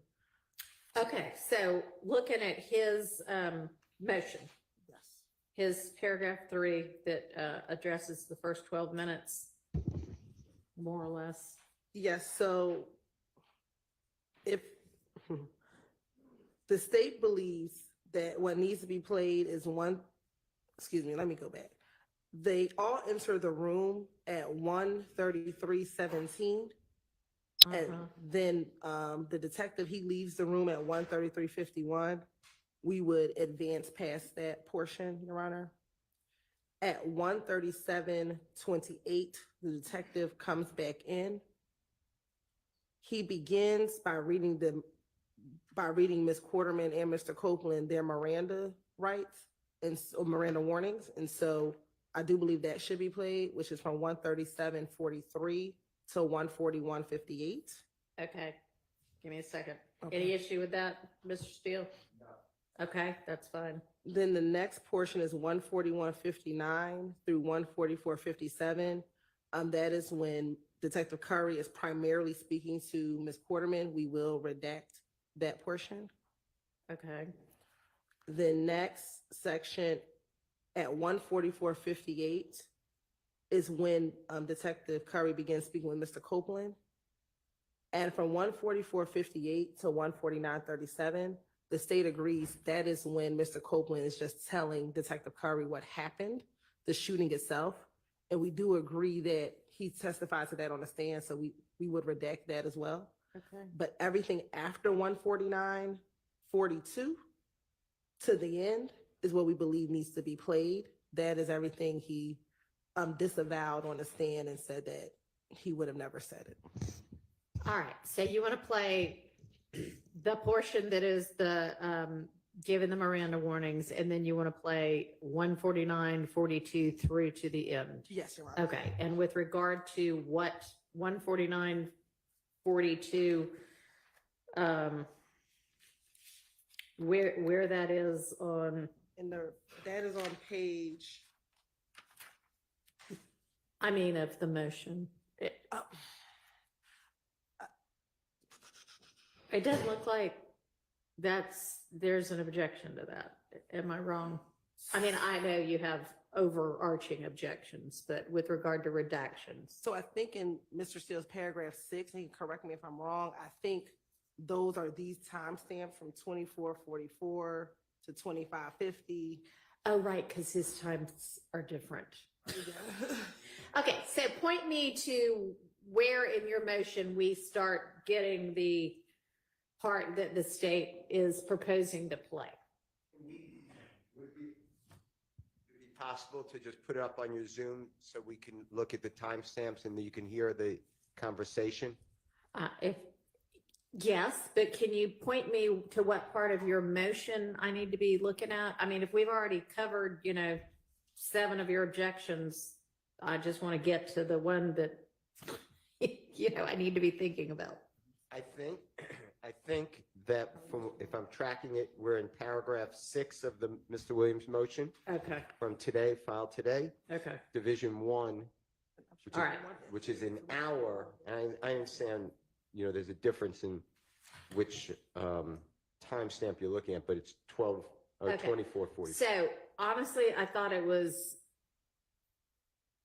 fairly easy in terms of being able to follow what was going on, to use the transcript unless there's a reason I need to hear the video. I could find it in the transcript. Okay, so if we can do that, that might be a faster way to get through it. I just need to get the transcript. Okay. The portion would begin on page 20 is where we believe we should begin. Okay. Page 20, February 20th statement. Okay. Page 20, around page 20, line 20. All right. Where they're talking about a car. I think Detective Curry says, so why would they still be shooting at you? And then Mr. Coleman says, this shit give me a headache, man. You good with me, Okay. man? And they have a different transcript than you. No, I Could- think they have the one that you gave them. What? I think they, Is your transcript? 78 pages? No, it should be 77 pages. And you know what, Your Honor? I believe that your transcript may inadvertently have the wrong cover sheet. Hold on one second. No. So you think the one that's labeled February 20th is not actually February 20th? Is that what you're saying? I'll send it over, Your Honor. No, don't send it over. I've got all of them. They just might be labeled wrong. So I'm looking for a 77-page transcript. Yes, Your Honor. Yes. It's not that one. Okay, well, maybe just send it.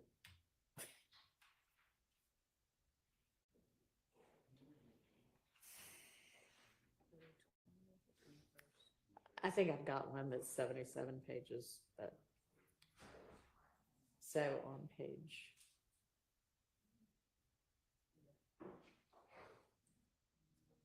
Yeah, I've got it. I see the, why would they still be shooting at you?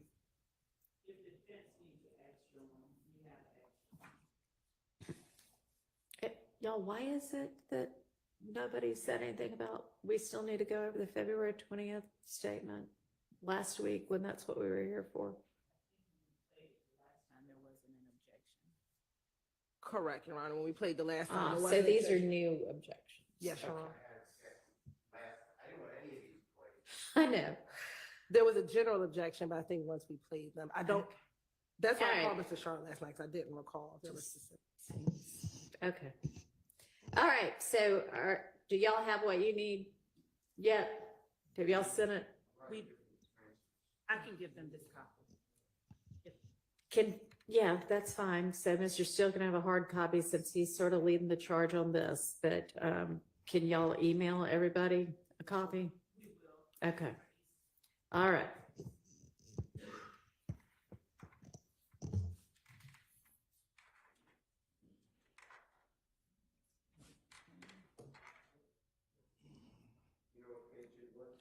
Page 20, she thinks is kind of where we were starting. And maybe you tell us whether that's what you're objecting to.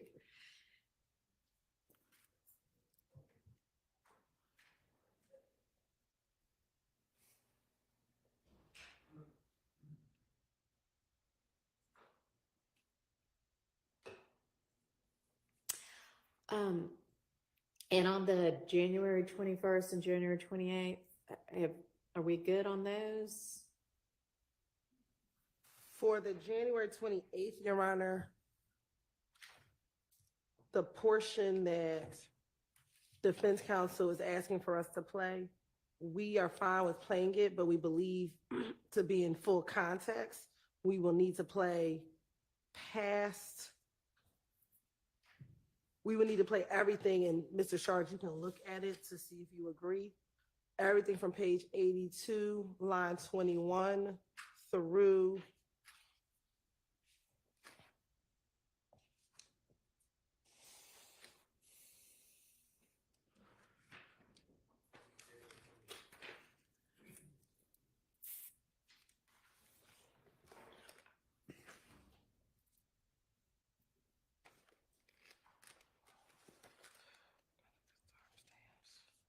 through 90, potentially 98, line 8.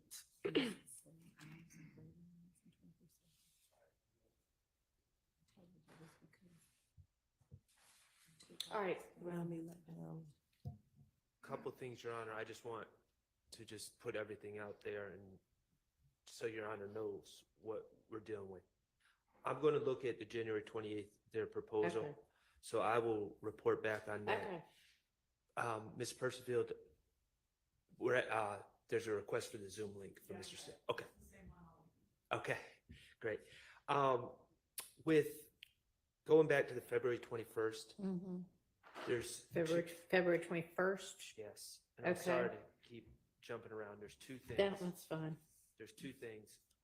First of all, page 30, line 19 to page 42, line 7, we, I think, properly excluded that because, and it was at the request of myself, honestly, because I questioned whether Kenneth Copeland had firsthand knowledge to talk about Tay shooting up the barbershop. Mm-hmm. Rich Homie Kwan's father's barbershop. However, now we've heard Mr. Copeland testify, and he said that he and Tay shot up the barbershop. So Yeah. clearly has firsthand knowledge.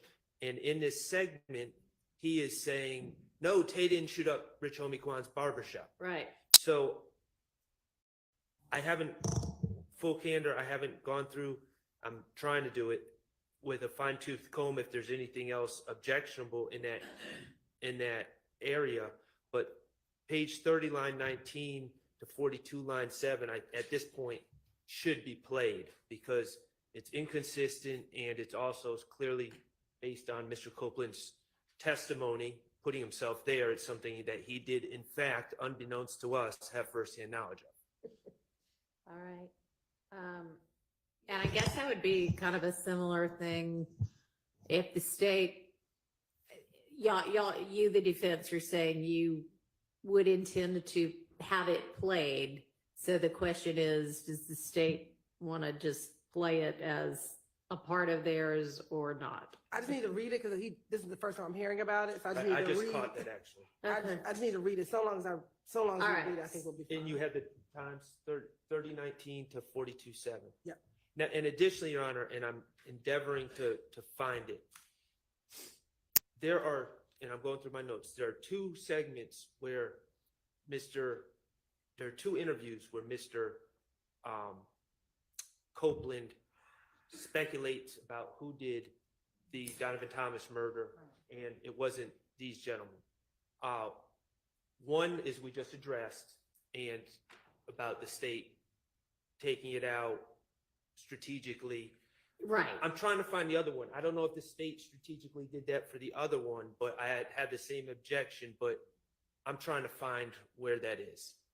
You don't know which interview it's in. I'm trying to go through Okay. my notes right now, because Okay.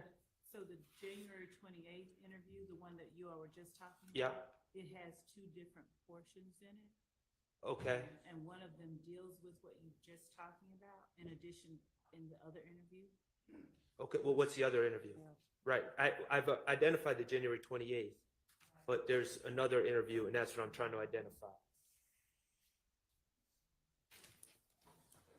Sorry, you look for it and then we will. Okay, once you he find talks it. about, it's the area that he talks about, supposedly someone running off with the drugs and stealing from Mr. Garvin. And So people, once you find it, just email me, text me, and then we'll just look at it. okay. Okay.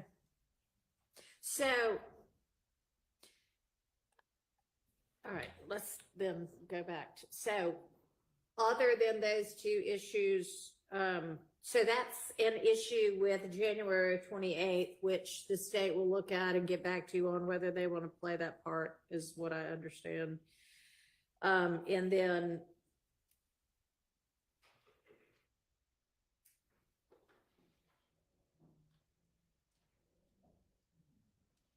did y'all also want to look, y'all are also going to look at that little portion of February 21st, 30 through 42.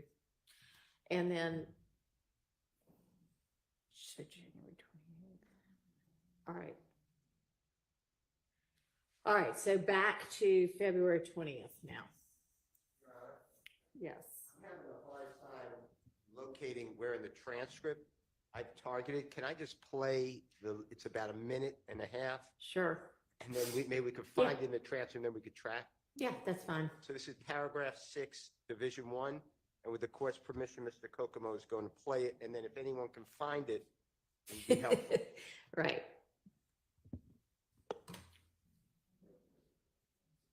You recognize who it is.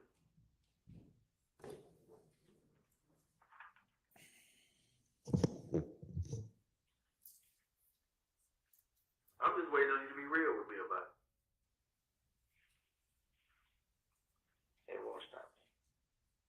So you saying the loyalty, not knowing who is out here shooting at your baby mama and your baby ain't gonna stop it? Cause you can't sit here and tell me today who you recognize as the person who was shooting at you. If this stuff was loyalty, if they had, all the rules of the gangsters or being a gang member, all this other stuff, you don't truly mess with family. You mess with everything else around. You don't come to the house. We can stop the video because we now know where we are on the transcript. That's fine. And I just found doing something 24. Right. All right, so. My objection is just the detective. My objection would be that's the detective saying, I see it in your eyes, you know who it is. And if you don't care about your family and you care about the streets or whatever he just said, I would ask that to be removed. And to my knowledge, he's not testifying.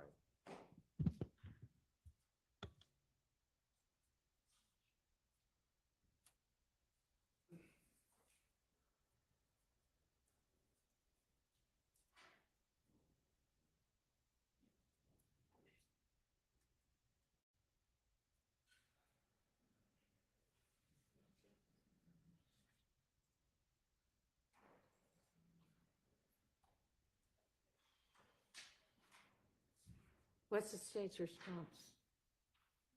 You're right. I think you have to read all of that in context and not just stopping there, but if you start at page 23, line 16, and he's trying to get him to Yeah, determine who do you recognize in the car, and he says what he says in order to get Mr. Copeland to tell him who's in the car. And even after Detective Curry makes those statements, when you look at page 24, line 15, Mr. Copeland responds to what Mr. Curry is saying. So in order to understand his response, you need to know what Detective Curry said in order to finish up page 24 of that, page 24 of the transcript, but the rest of that statement. It puts what Mr. Copeland's saying in context. And this is what he denied here in court about not wanting to be a snitch. He didn't care about being a snitch. He, everyone was forcing him to say it was Tay. It goes, it's.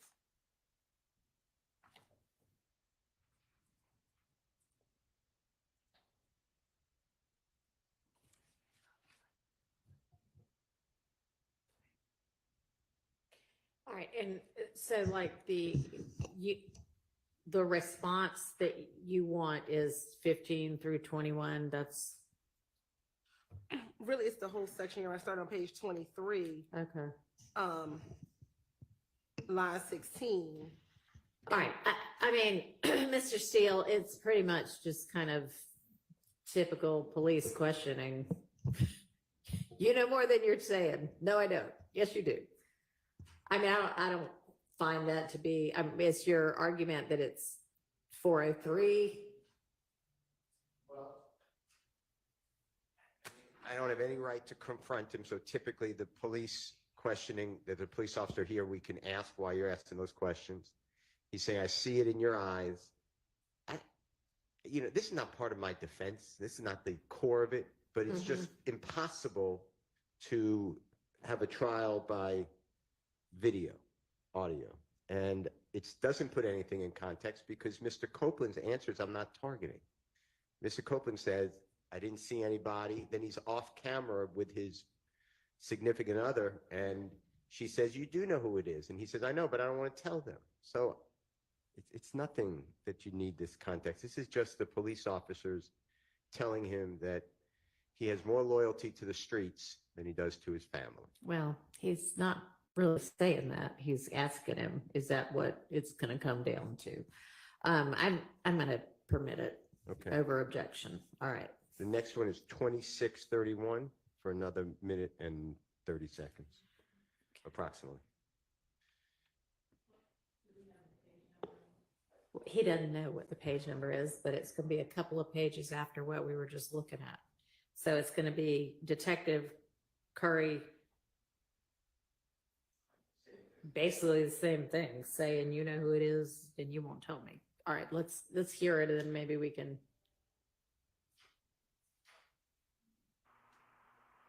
Guess what? Still going. You know why it's still going on? Because we only get half of it. You know one of the dudes that sit in that car that shot at you, and you sitting here today and won't tell.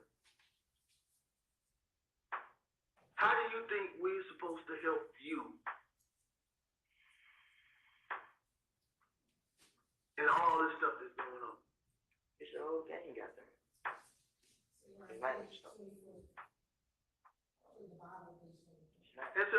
even understand.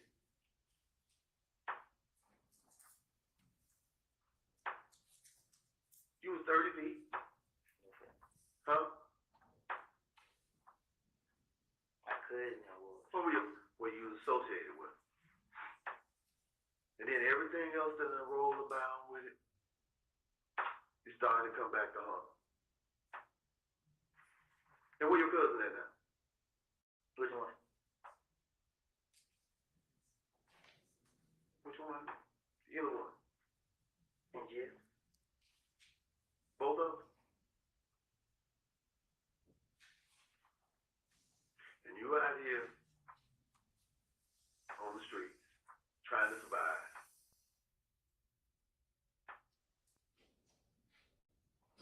And now you at this point.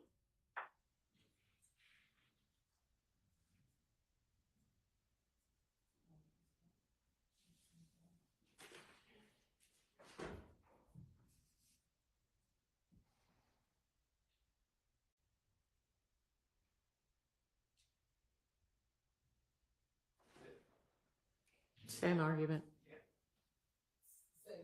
Same response. Because it's a continuation of the conversation that we just talked about. He's, Mr. Cope said, I didn't kill anybody. He said, I feel police are out to get me. I put all my pride to the side. Talking to the I'm mic, I'm sorry. sure Mr. Harvey can't hear you. And I'm on page 24. And then he says, you know why it's still going on? Because we're only getting half of the story. Yeah, And then he goes in to say it's a whole gang out there and they're not going to stop. I believe I Yeah. asked him specifically about that question and he denied saying that. yeah. I'm gonna permit that over objection as well. Next one's 2920. Okay. And if you'll go ahead and start playing that one. I went through all this, man. I ain't doing nothing. So you telling me that you can, 27. maybe it didn't or maybe it did, hit that car seat. But you telling me right now that loyalty enough to the streets, which the streets is coming in your house, shooting at your baby mama and your baby. They can make it worse on me. They can make it worse on me. You're a better man than me. No, I ain't. Can y'all stop the talking over there? Because I'm trying to hear. Sorry. Okay, so stop it. You're a better man than me. But if you keep playing it again, I think it's all in context, because the next thing he says, I don't look at it myself and anybody, I just know the trouble I'm putting myself in, because again, he's talking about if I Yeah, tell you so all- I don't think Mr. Steele's objecting to that answer. He's saying, can we redact the part in between there? So redacting at line 3, Basically, right? Yes.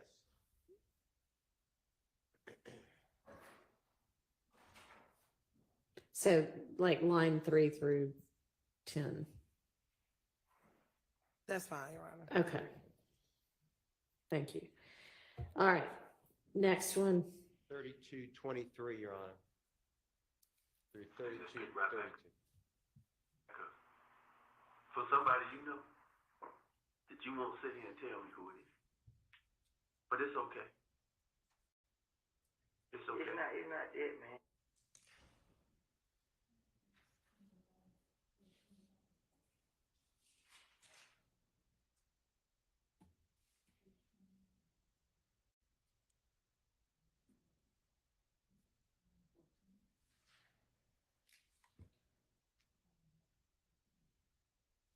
Can you play it again for me? Okay, page 29. What?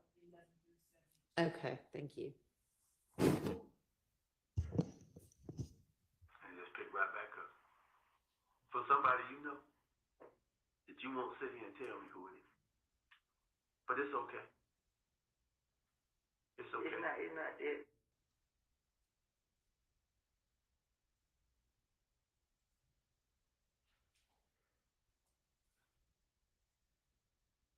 Same argument. All right, I'm gonna permit that one. It's 33 even to 3340. Okay.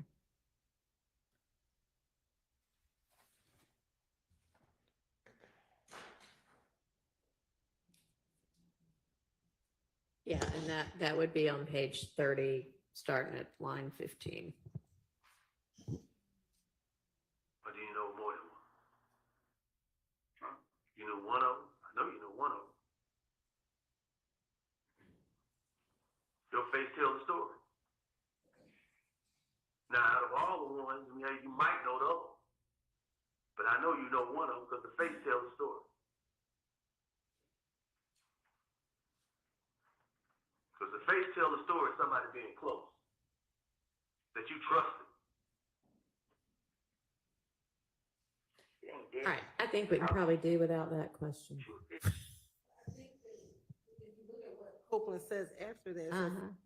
you have to understand why he responds in that way. And he's telling him, I know you know, and Copeland's response is, I wouldn't say it. Okay, so on not page, but lines 10 and 11 up there, 3 people, this is the detective, 3 people in the car and you knew one of them. And do you know more than one? And then he says, huh? Yeah. And they said, it ain't that. I mean, you can get the answer. I don't want the wrong person locked up without, who knows whether the face told the story of it being somebody close that you trusted. That's potentially confusing. That's fine, Your Honor. So that part's out. Next is 3810, Your Honor, and it's about 2 minutes. It's 4017. All right, let me ask you, did 34 through 34:47, I don't know if you meant to skip that one. Oh, I skipped it accidentally. Thank you. All right, so this is, Your Honor, I'm sorry, did we stop at the word trusted on the last one? the question. Okay, so then this next one that's, I guess, subpart 6 Correct. is right below that. It looks like there's maybe on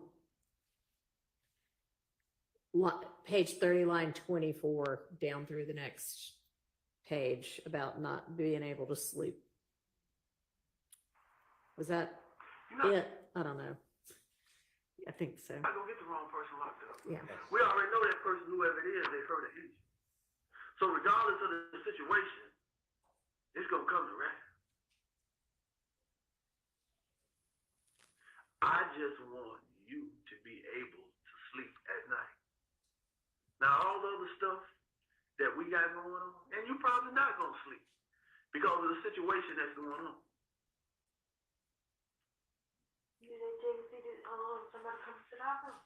No, they checking. We're waiting eventually. Some of the stuff that we saw out there, we know that they young. One way or another. Because you shot back. Okay, what stress you got, man? What stress you got?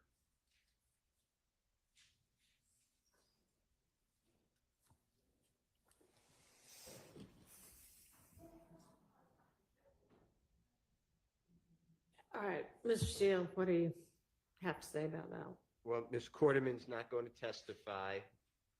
1, 2, it's just the detective stating the same things about sleep at night. I think it's irrelevant, and I think that it's under 403. It is prejudicial about who's sleeping at night, and I don't see the probative value. And then Mr. Copeland picks up with a lot stressing me out, so you don't miss any context of what he's talking about when he does speak. All right, what's the state's response?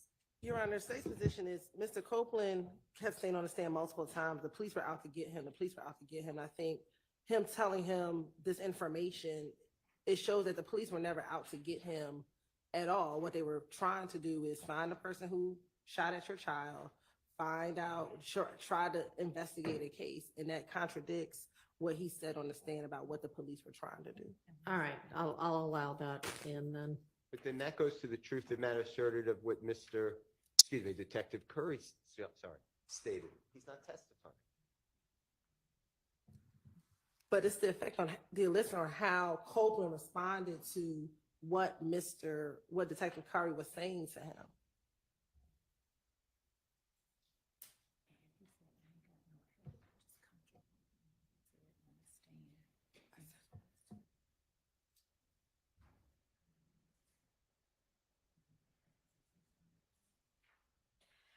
I mean, I don't think that's being offered for its truth of whether the detective cared at all, whether Mr. Copeland slept at night. I think this is just given context to all of what he's now testified differently to. So I will allow that over the hearsay objection, confrontation objection as well.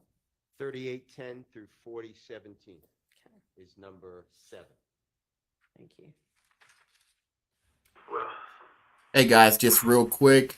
Let's just get those likes up. The only thing I ask is that, you get to get the likes up in here so we can share the live out here. And also, if you haven't subscribed to the channel, please subscribe, okay? Let's get those likes up. I only see 15 likes and we got 73 people in here, okay? Let's get those likes up.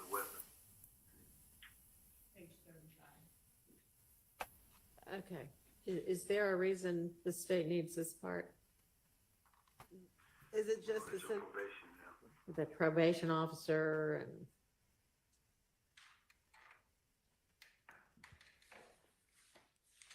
I mean, we need the weapon part. He's already testified to. right? So we don't need like who his probation officer is, but we do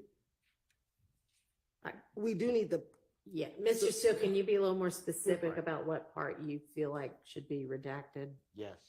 I think it's on page, starting page 35.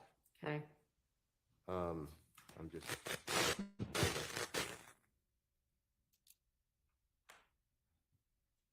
I think it starts on line 4. okay. And this is just asking Mr. Copeland about his probation officer. I don't know why that's Right. needed. Going into the next page, which is page 36. It's about needing to call Detective Gaither. I just don't understand why we need that. And then we need the weapon, which has been testified to by Mr. Copeland as it would be a prior consistent statement. He said, yes, they wanted the gun. I wasn't going to give the gun because it would get me in trouble. Yeah, okay, so kind of down through all of 36. Yes. All right, that doesn't look like a prior inconsistent statement. He did say that they wanted the gun and he didn't feel like giving it to him. And the part about him being on probation, I think I am gonna grant. part that we would want, Your Honor, is Mhm. on page 36, Yeah, when he says, when Curry says you can call either one, you either can call one or two, we need that weapon. He says, I'll call Gaither, because I think his testimony, he says that Gaither's always out to get him. And I believe I had a lot of questioning where I said, but when you were in trouble, you will always call Gaither. And I do believe that there is some value in the jury seeing his demeanor when talking about Gaither. Back in 2015, he didn't think that she was his enemy, at least during these interviews. So we would ask for a line, 12 through 14.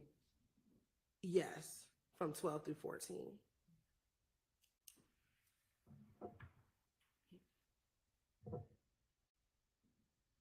If it's for the demeanor, Well, frankly, 19 through 22 seems to. Oh, no, that's the probation officer. Never Yeah, mind. he's talking That's about the something probation. different. Okay. the What next- were you gonna say? I was going to just remind the court, the next day is going to be February 21, 2015, and you're permitting, I believe, a video audio recording. It's Detective Gaither with Mr. Copeland. So if you want to see the demeanor of Mr. Copeland and Detective Gaither, this would be cumulative. Your Honor, I disagree that it'd be cumulative, because I think that it's important that on multiple occasions, he had this comfort level with Detective Gaither versus his in-court testimony when he's making it seem as though Gaither was always attacking him, never just had it out for him. He had a relationship such that he always called her when he was in need. Potentially, there's Well, 9. I'm not sure that it actually establishes that, because he's basically being told you either need to call one person or Gaither, and he's like, okay, I'll call Gaither. I think we can do without this. The next round is 40, 40. Timestamps correct. Sure, I don't know what the timestamps are, but the lines are page 35, starting with line 4, and then all the way through all of 36. Well, actually, through 37, line 2.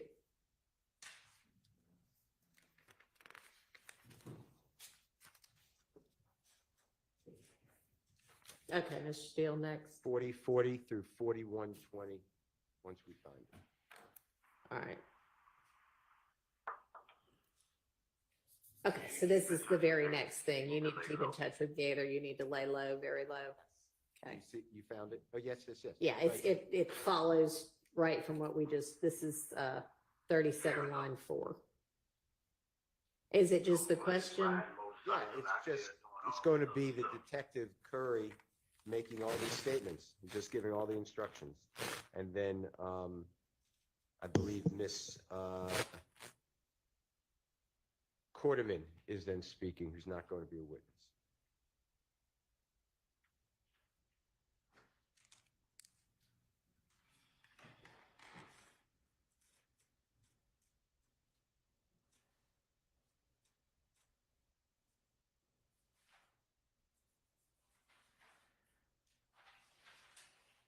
So you're saying, sorry, 37 line 4 through I'm taking it up to, however long she's talking, maybe 38 line 8.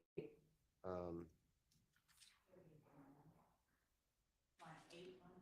I'm thinking, I don't know, I'm asking Mr. Steele, he's looking. Well, I don't know, it may go further than that. well, it's just a lot of HUD. There's not really much of anything Correct. getting said. That's true.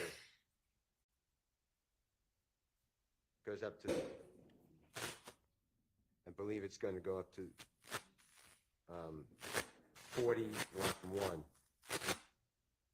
All right, and that'll encompass your item number 9 also, or no? Yes, okay. No, that should not be. No? Okay.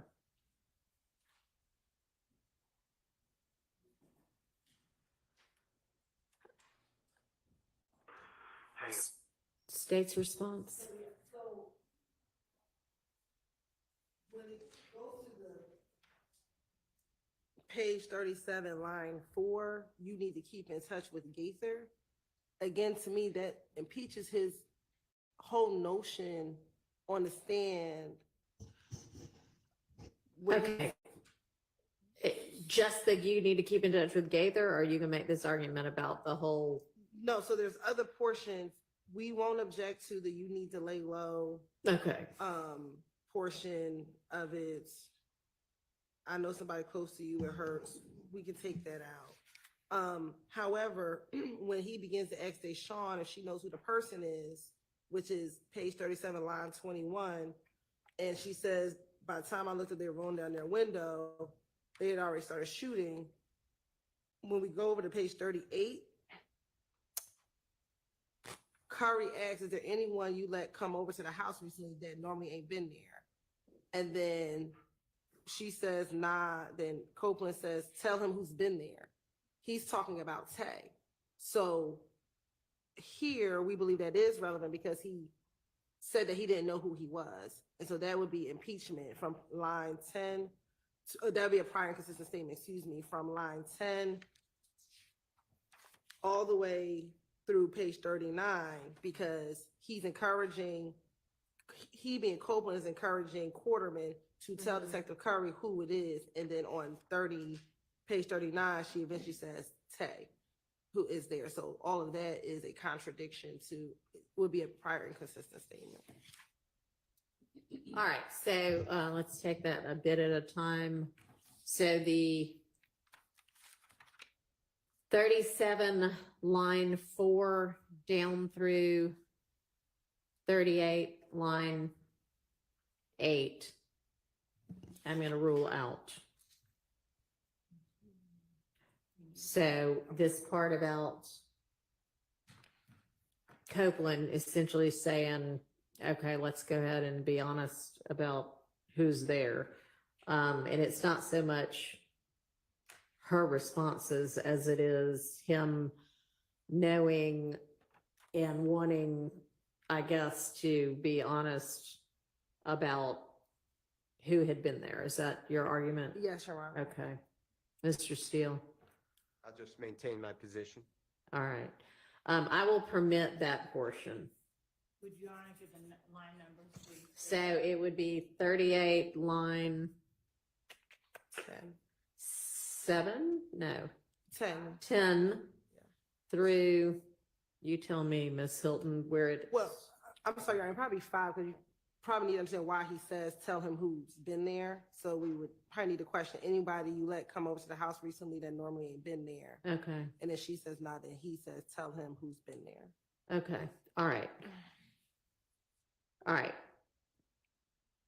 So 38 line 5 through the end of 39? 40 line 2, 40 line 4. 40 line 2, because then he just goes into Okay. who's his brother. All right, so that part is okay. And the part that the court excluded started at, Um, you need to get in touch with Gaither or exclude. Yeah. Okay. okay, what's our next item? 4540 through 5050. All right, let's start to hear it. Right now, we only know whether the guy by the name of Tate. That's a possible person.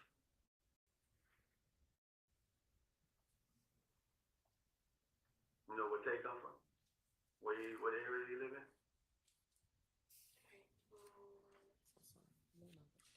I don't know like that. I just know you know Woody bring him around here. I don't know like that. I just seen him can be here a couple times. Anybody know where we are? Mechanicsville and Simpson. Well, Mechanicsville and Simpson. That's a.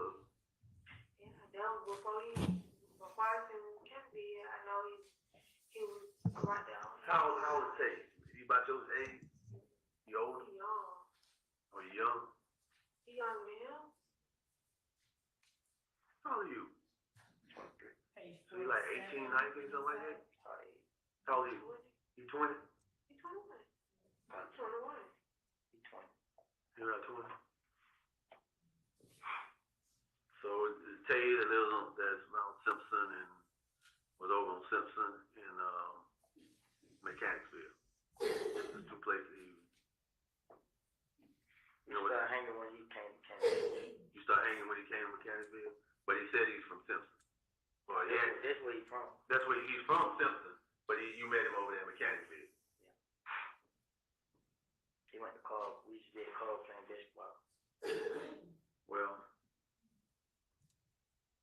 one thing I want to tell you,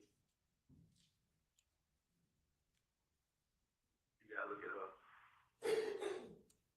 You gotta look at your baby girl. Full circle. You have a lot to think about tonight. All right, so Mr. Steele, your objection on this ground goes through where on the transcript?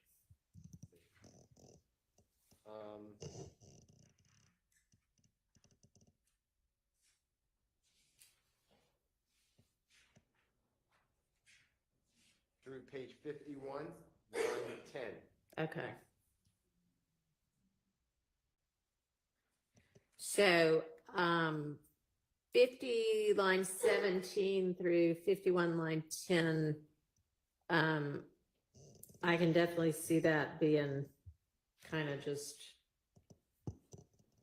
not anything the state needs. 50, page 50 line 17 through 51 line 10. What about before that, Mr. Steele? Is there anything particular before that that you think is objectionable?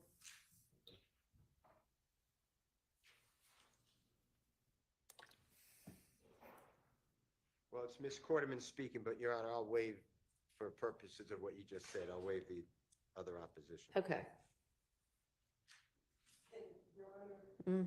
So we restarted that. I think that this particular section actually starts on page 46, half of line 19. Where the secretary says, and right now we know Melanie doesn't have a name Tay as a possible person. We know where Tay comes from, what area he lives, and that's what we're going to.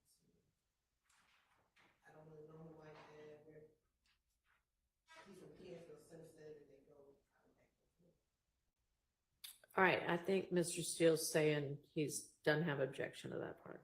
Well, I have objection, but I'm waiving. I'm waiving. Are you saying waving or waiting? WAIV. Okay. He's I guess I don't have an objection then. right. All right. So what is the next portion we need to think about? 5350. Hang on just a second. So it is 1:15, which I think is when I told the jury to be back. And is this is the statement you intend to play next, if possible? Is that right? Okay. All right. They'll just have to wait a few minutes. I think we're getting through it. What do you think? How much longer is this going to take? I don't believe it take more. Once we find the transcript, it goes very fast. Okay. So, Your Honor, it's line 50, line 17 of page 50 through line 11 of page 51 that's coming out. Correct. Yeah. All right. So then where's our next portion? 5350 through 5430. Perfect. It's number Okay. 10. Thank you.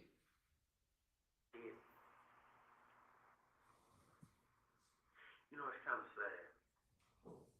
Because at this point, you have a cousin, two cousins that's in jail. You have three other brothers. You have a baby. You have a baby mama. This your first child? Yes.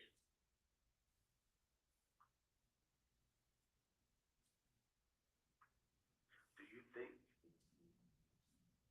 that you'll be able On page 53, Your Honor, line 13.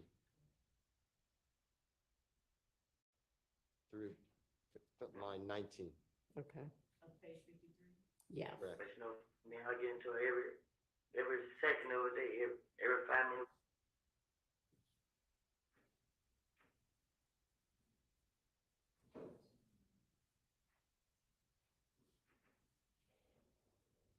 Miss Hilton. That's fine. Just so like, you know, it's kind of sad, it's supposed to cousin to, you think you can see a child grow up? Right. That's fine. Okay. That's out. The next one, Your Honor, is 58 even to 5920.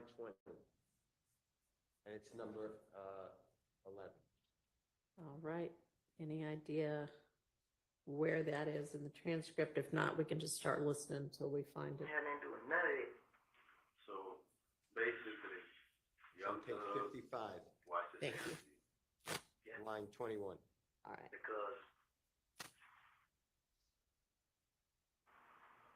I can't talk to the touch. And then folks in the street saying, I'm a snitch, I'm a snitch, I'm a snitch. Nobody don't want to hang around. I call them promise, they don't want to hang around. I'm lost. Like, what the hell, where the hell all this come from? Where the hell is going on? So basically, young thug and washed his hands of you. And Birdman. And I seen him in the club. I gave him that. He gave me that. And I was talking to him. That nigga wouldn't even talk with too. He's like, yo. Shit. You like what he been at? You feel me? But what he did do, he called when you're arrested. Like everything, all is okay. You feel me? But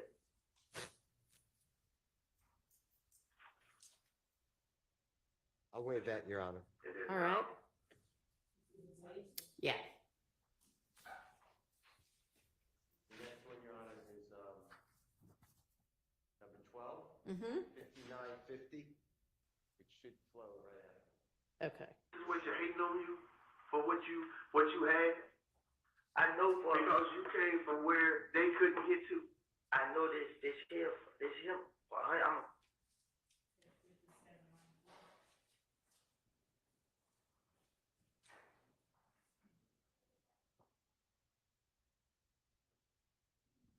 I'll waive that, Your Honor. All right. And then,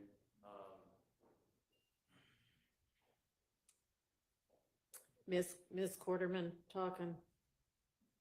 yes. All right. Well, I don't know, but Goes back to 36, so it's backwards. oh, okay. 36 minutes to 38:10. Can we play it, Your Honor? Yeah, thanks. I don't know. So it's going to be before page 57. Yeah, just, yeah, if you'll play a little bit of it. Shit not gonna work. Shit right here be a damn snitch. Keep going. You wanna talk to first say? So I said, why you act like you did? I didn't. They want me to say I did. You should've just said no. I thought you knew who it was. I do know.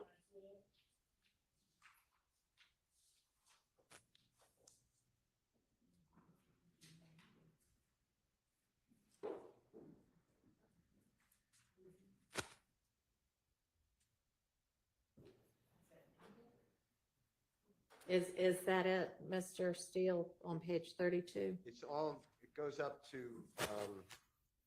it starts there, it goes up to 34, line 18. Okay. It's basically Ms. Quarterman speaking. Mr. Copeland speaking as well, though. So if the court finds that it's context, then I'll waive it, but. Okay, let me look at it.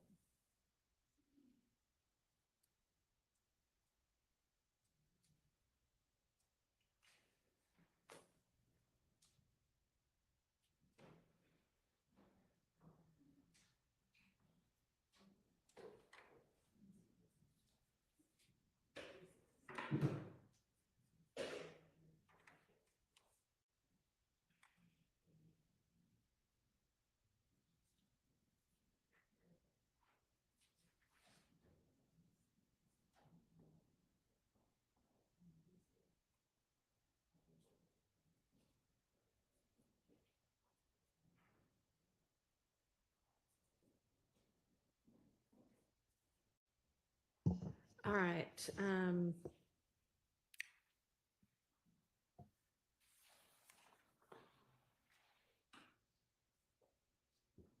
Seems to me like this is mainly Mr. Copeland talking. She does ask a couple of questions, but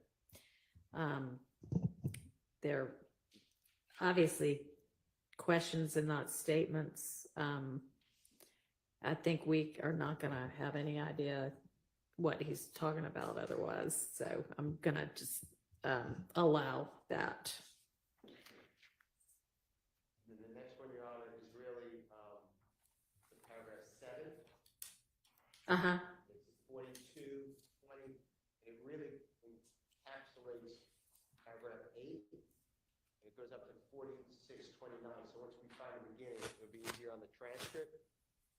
But it's a lot of talk about family members of Mr. Copeland and Ms. Quarterman. I don't remember that even coming out from Ms. Quarterman's family in this trial as an inconsistent statement. All right. If that's page, we can hear it, but if that's page 40, where he talks about who his brothers are, and yes, we can listen to it. Can we hear? Yeah, let's hear the beginning of it. It should be 4220. Anybody you let come over to the house recently, that normally ain't been by there? Nah, okay, we just like, Huh?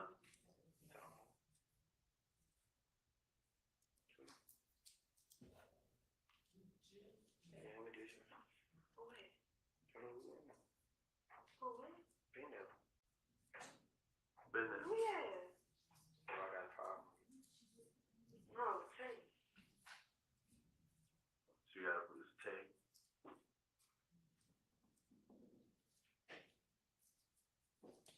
So, Mr. Steele, does this look like it's page 40 and 41? I didn't hear it link up to that, but page 40 and 41 are definitely, You'll object to that as well. well, it's in here because that's, what I'm referring to, but I did not hear it yet. I still can't find it in I'm the not either, transcript. but It's right after, Your Honor, the portion that we did just speak about when Mr. Copeland is saying who came to the house and Tay came to the house. Then immediately after that, Detective Curry starts asking about his brothers, Mr. Copeland's brothers, and that goes from page 40, line 4 through approximately page 46, line 19. Okay, so maybe it's somewhere in there, but are y'all good with redacting that part? Yes, Your Honor. All right. Okay. And the next one, Your Honor, would be, Half of it. that should take care of paragraph 8 as well, Okay. and 7. And then the next one, I believe the court's going to let it in over objection. So I'll waive it. I'll stand on it, but I understand you ruled. Okay. And that's Division 1 of paragraph 9. Division 2 is Mr. Copeland's relationship with his probation officer. We heard a little bit of that earlier. He said he gets along great. I don't know why that's in there, but I think you let it in just a minute ago. So if I'm wrong, I'm not trying to It's be something wrong. we just cover. It's the same thing we just covered. Yes, I believe so. I yes. mean, we can, if you can point me to it, I can look back and see what I believe you, I said, unless anybody's, I mean, if the state wants it out, I just don't see how it's relevant, but I think I you don't let know it- where it is. I think you let it in, so, I don't know. Can you point me to where in the transcript? no. Okay, fair enough. Can you play it? Yes, 4017 through 4040, and this is paragraph 9, Division 2. Okay. Every time something happens, I call her soon as I get the chance, and I tell her exactly what happened. And she come out my house, and I explain everything what happened to her. It's the first thing I always do. I used to tell her stuff for it, like what's going on. This page 36 to page 37, line 2. That already came out? Yes. Okay. Yeah, that's out. Okay. Then number 3, you've already denied that objection, Okay. so I'm moving on to 4 unless I disagree. Did somebody disagree? Number 4, I believe you, under your ruling, you're letting that in. I maintain it's not an inconsistent statement with the testimony, but I believe your honorable court ruled against that, so Okay. that's number 4. I don't know. And we could play it, sure. It's 52 even to 53.50. I love the baddies. I could love the baddies. I can't go nowhere if I have any money. Let me tell you why. It is Okay. page 52, line 11. The gate gonna call my phone when I was referring out to her. Like, she wanted me to talk. She wanted me to come out and talk. You did? Everybody right there. Yeah. Everybody did. I love when I ain't talk to her. No. Seem like, Now, I don't want to waive it, but you know, everybody to be did. fair, you've ruled about the snitch and. it Oh, coming yeah. in, So you mean like the concept of it? I haven't looked at this particular piece of that. Yeah, but yes, I will permit that in. Okay. I thought you were saying we'd already looked at this. Okay, I understand now what you're saying. Just based upon your ruling. I appreciate it. Okay. So which line? And Well, it's in, so it doesn't matter. And then that should be going up to number 5 of that paragraph 9. Mm-hmm. And this is Mr. Copeland discussing his life and lessons in his life and spiritual beliefs. I like that out. And that's 5430 through 58. Every second of the day, every 5 minutes we together. She put me out, guess what I do? I leave. And I think about what's going on. page 53. And I do whatever I do to talk and get back.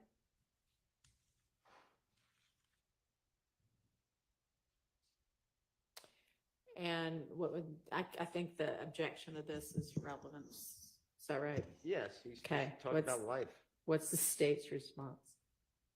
We're- we're- All right, they'll take that out. So just be sure, page 53, line 21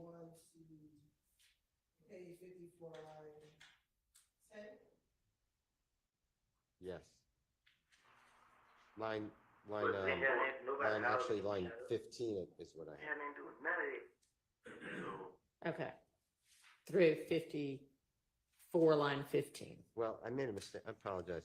Isn't it the next? It's up to page 55, line 11. All of that Okay. is his same, unless I'm reading it too quickly, it's the same. You know, he talks about if his child didn't cry that day, Right. then he would have been in the house and they could have shot into the house. And he's just talking, yeah, I mean, he's being smart, I guess, and thoughts on life, but it would never come into a trial, in my opinion. You're right, we would agree up to line 23. However, Wait, hang on, what page are you on? sorry, I'm sorry. We would agree to redact up to page 53, line 21 through page 54, line 23. Okay. After that, he says, everybody keeps telling me to hide, lay low with what money. I believe there was a lot of question about who he spoke with about after all of this started to happen. He then talks about I wasn't looking for trouble. He goes in and out of this statement, but towards the end, that's all. I didn't shot, I didn't kill, I ain't asked nobody to do. I had nothing to do with it. Didn't have any. Slow down a little bit. Sorry, I was going 250 words a minute. I'm Yeah, you sorry. were. That's all I can. I ain't shot that nigga. I ain't kill. I ain't asked nobody to do it. I had nothing to do with it. Didn't have a problem. And so when he says everything I said is cap or everything I said to the detectives is a lie, I believe portions of this paragraph should come in. Okay, so maybe starting at 55, line 8 right now. I ain't done nothing, man, blah, blah, blah. I agree. We I can don't, start there. Okay. I won't object. All I'll right. waive the objection at that. Yeah, I see what he said. All right. Next. The next one is paragraph 9, number 6, and Your Honor, you've already ruled on that and Okay. overruled the objection, so I'm All going right. to number 7, if that's Thank okay. you. Yep. And it's the same exact answer. It's about the snitch. Okay. And then number 8 on the same paragraph. It's Ms. Quarterman and Mr. Copeland discussing, they call him Moontung, but it's Mr. Sledge, S-L-E-D-G-E. All right. And I don't know where that is, so if you want to maybe start. Everything. 122.18. Hmm. I think most people, she like, think she said it's not like most people. No. No. Sharia said she called Motu. Sharia got more. I think that she said she called. I'm gonna yeah, I'll find out.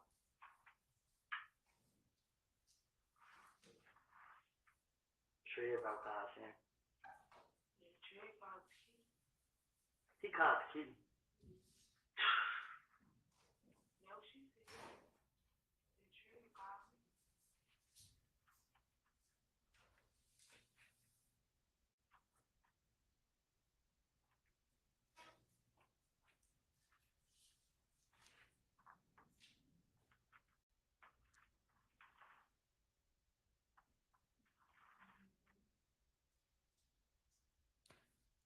I'm not hearing anything right now.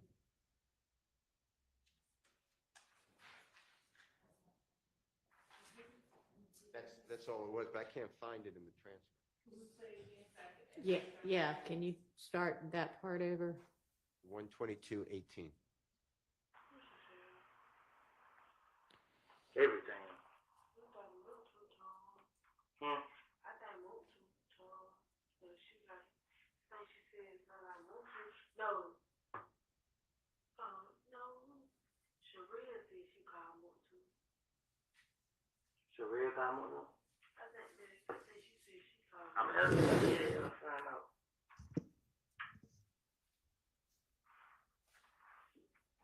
Sharia about called him. I think that's page 75, and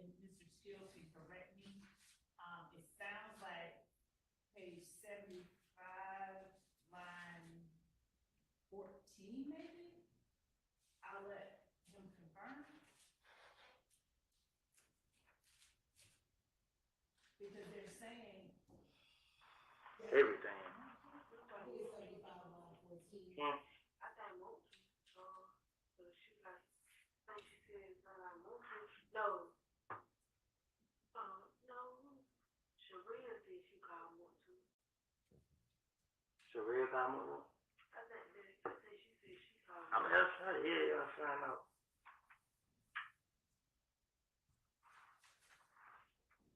Sharia about God's hand. Yeah, Trey called the key. He called the key. No, she said. Trey called me.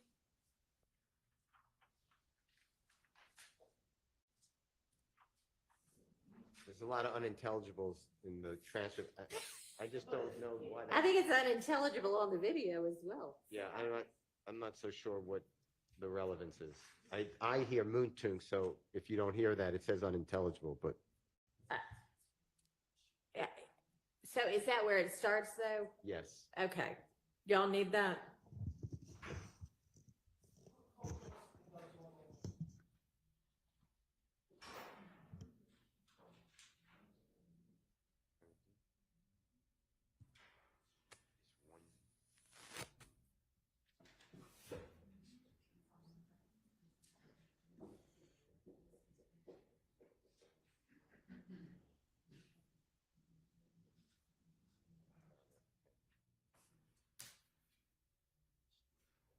And how long is the playtime on this video with the redactions? About an hour?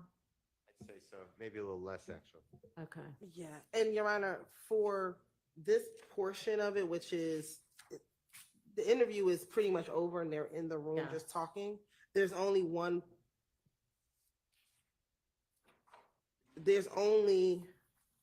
a particular portion on page 74 Uh-huh. that the state intended to play. Okay. It says unintelligible here, but it's gonna be page 74, line 19. Okay. And Kenneth Copeland, I believe I hear him say, no matter which way it go, I'm gonna lose anyway if I tell them that Tay did it. Now he go to jail. When he go to jail, boom, he gonna tell everybody I told on him. Like, shh, that's what I'm saying. And then he asks, how does Max find out? Okay. And so, Everything after that, you're not playing anyway? When Miss Quarterman starts talking? hold on, Okay. no.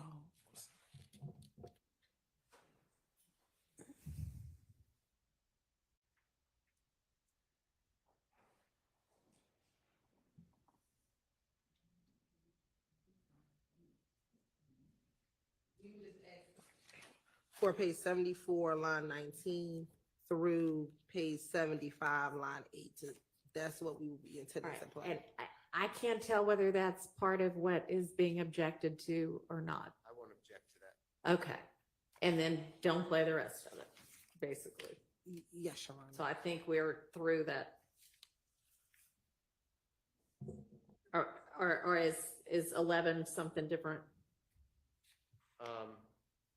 No, Oh, you're saying no objections to that. Okay.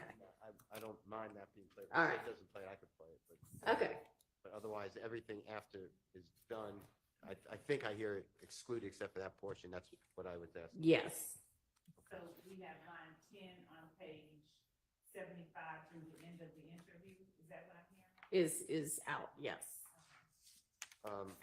Well, that's true, but it goes earlier. I thought Ms. Hilton said it starts earlier when the two of them, I'm sorry, when Ms. Quarterman and Mr. Copeland are in the room together, I was moving to exclude everything except for a little portion, and then I don't object to those pages just written out, was said by Ms. Love, and that little portion is the 1:0015 through 1:0450, which I have to play it to tell you exactly where it is, but in the interest of time, if the state doesn't play it before I played it, I would address the court. If anybody can just tell me the time, the page number and the line, so I can make sure that's out, I'm good. So I understood Ms. Hilton to be saying she wanted to play starting at page 74, line 19, which in our transcript is essentially just unintelligible for a long time and then go to jail, I mean, but, okay. So is everybody on the same page about that? And to be clear, Your Honor, so starting at page 61, Okay. 61, okay. we would stop playing from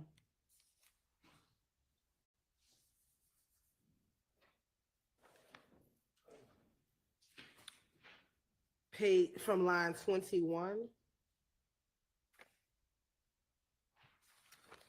Okay, All the way through page 74, line 15. okay.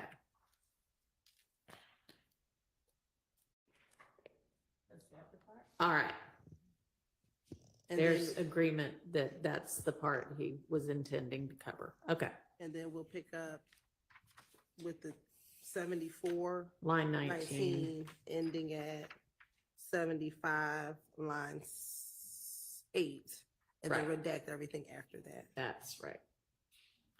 Okay, Can I have a comfort break before we bring the jurors out? yeah. But unless y'all need to go, like, we don't need, ever, I would like, let's make it as quick as possible, okay? That doesn't mean everybody take a 20-minute break. That means 5 minutes. What you need, Mr. Chart? Regarding the January 28, 2015 Yes. transcript, I have identified the locations in the transcript, Okay. and I believe we're working on the same transcript for this statement, this Okay. interview. And as close to the timestamps as I could without playing it in court. For 3 spots that were taken out that my understanding would be kept in regarding him, Mr. Copeland talking about possible people who killed Donovan Thomas, and then also the more precise location of the conversation about Trevante Turner and Rich Homie Kwan and Mr. Copeland in the barbershop. All right. So why don't we, your plan is to play this February 20th one. It'll take about an hour, maybe a little less. Then we'll take a break and then y'all can, either you can get with Miss Hilton at that time or with Miss Love in the meantime, but let Miss Hilton run to the restroom. All right.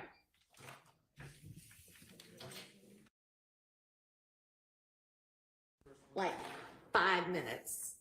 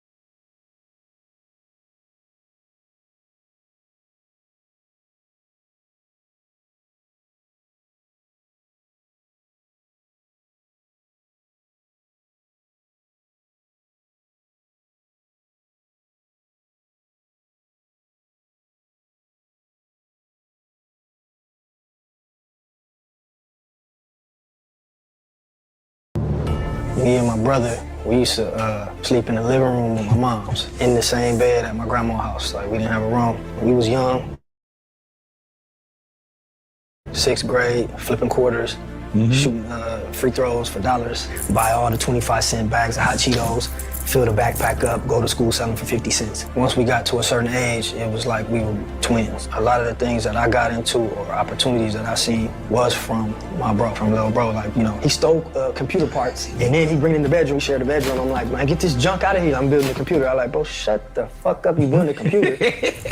He came back, I think, one day from high school with like $300.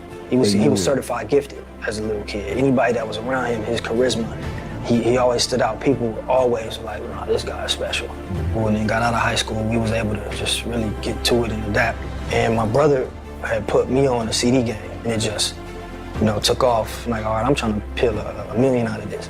But eventually somebody probably called in or did something where they start investigating. I'm like, all right, took everything out the house, buried the bread, buried probably like 250 in cash. Yep. The foundation of what we doing, it doesn't last when you're doing anything illegal or you're on the street. So Hustle was like, no, this is what we're gonna do. This clothing gonna be big. It's gonna be one of the biggest things we do. Watch. When I first heard him write something, I couldn't believe it. I was like, you wrote this? He like, yeah. I'm like, oh, okay, this is special. Anytime Nip would pull up, it's like Michael Jackson pulled up in the hood. Gotcha. So many people from the neighborhood was inspired. Somebody came, said one disrespectful thing, Hustle, take his chains off, squabble. Mandatory respect. And at the same time, leading by example, I always felt that God was protecting, and basically we felt like nothing could happen.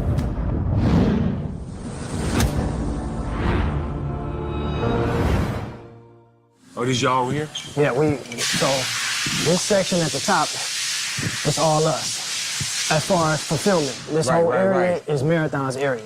Oh, man. Hey, man, you know what's crazy about this right here? Is the people that work here, they probably got a gang of shirts at the house. Oh, yeah. For sure. You see them walking around with a Marathon shirt like, nah, it's good. You're like, oh, y'all taking inventory and shit? Right. All right, now.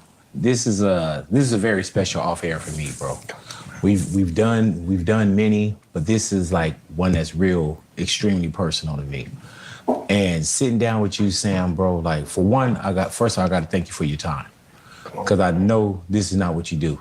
You know what I'm saying? And we had a chance, you know, just off the phone, out of the limelight, man. You know, we have great conversations, 100%. And we treat each other as men and as human beings, bro. So I know that your time is very precious. So thank you for allowing me to come down here and sit with you, bro. 100%, man. I appreciate you, you know, thinking to have me on the show, man. 100%. I appreciate it, man.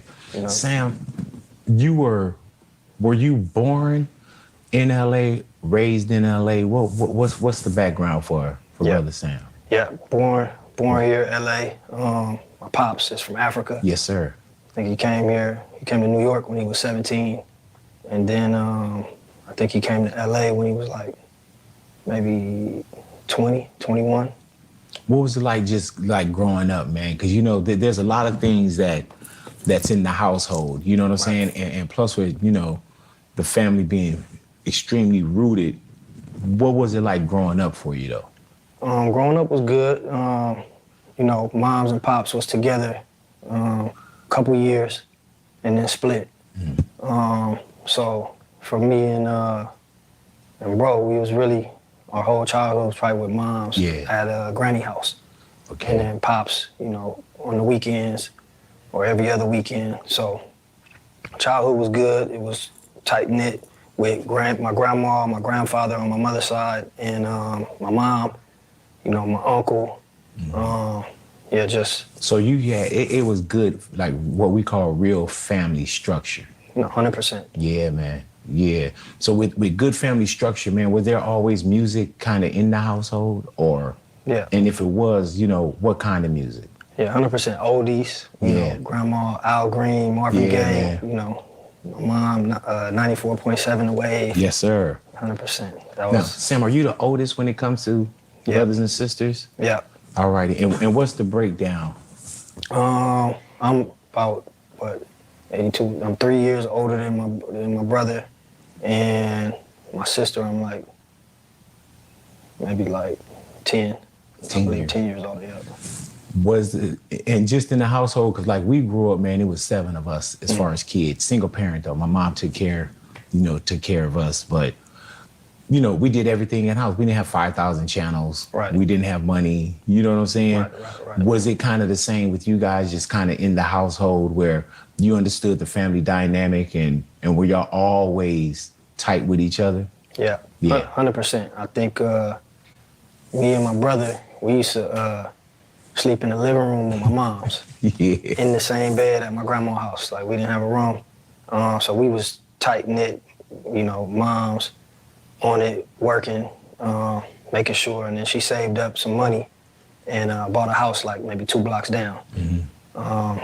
A couple more than 2 blocks on 60th Street, but really like 5 minutes drive from my grandma's house. So when she moved out into her house, then it was me, my mom, and my brother. Right. And then she had my sister. And then so now we in the household, it's a little more struggle because it's moms Right. Yeah, got man. bills and doing things on her own. But yeah, we had to make do. How old are you around that time? I think I may have been I was in the 5th grade. Hey, man, 5th grade, about 10 years of age, man. At that time, do you notice the struggle? Probably not at that time, but when we moved over there, and then, it's moms on our own, we start noticing it because it's, you go into high school. Yeah, man. You go into junior high, 6th grade, and then now you want the new Jordans, you want you seeing everybody else what they have, and so that's probably right around the time where you start realizing like, oh, okay, We don't have it. right. Yeah, man. Did you always know that you wanted to get it?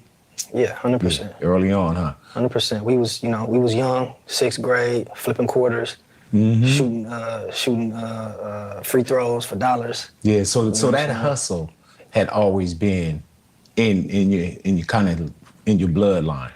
Yeah, 100%. I think my mom, was always trying to look and put us in a positive situation. So she had found like a magnet school, a medical magnet.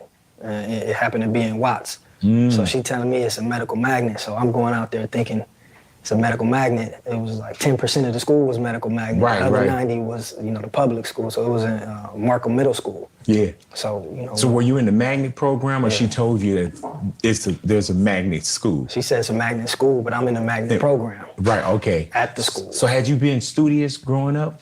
Yeah, we was, I was going to school earlier, probably, my mom was working at Kaiser Permanente. So I was going to school, I was going to one of the schools by... Which one, on La Cienega, or which Kaiser was she there? Yeah. Yeah, hell yeah. I believe so. And then so I was going to school, what is it called? Carthay Center. Okay. It's over there. So the change from there, from Yeah. 5th to Markham, 6th, we had to learn pretty quick, but it was good. Like, learning, hustling, Yeah, man. making sure if we wanted the kicks, we got them. Hustle came to the same school also. So that was like the grounds to, make sure that we kind of knew how to get what we needed. Early on, could you see the responsibility of being the oldest sibling early on? Yep. And what did that consist of? I think just, trying to make sure that you lead by example, and then also probably being overprotective. Mm-hmm. You know what I'm saying? But once we got to a certain age, it was like we were twins, damn near. Like, Right, when you right. get to a certain age, it's like he dealing with the same things I'm dealing with. It's not like older or younger. It's like we on the same level. He going, sharpen my steel, and I'm gonna try to Yeah, man. sharpen also. So You and Nip had always been extremely close? yeah, Yeah. 100%. Yeah. Same with like me and my brother Mouse, man. We were, if you saw one, you saw the other. Yep. You know what I'm saying? And there's a lot that I learned from my older brothers. Like Keith was my brother that really introduced me to music.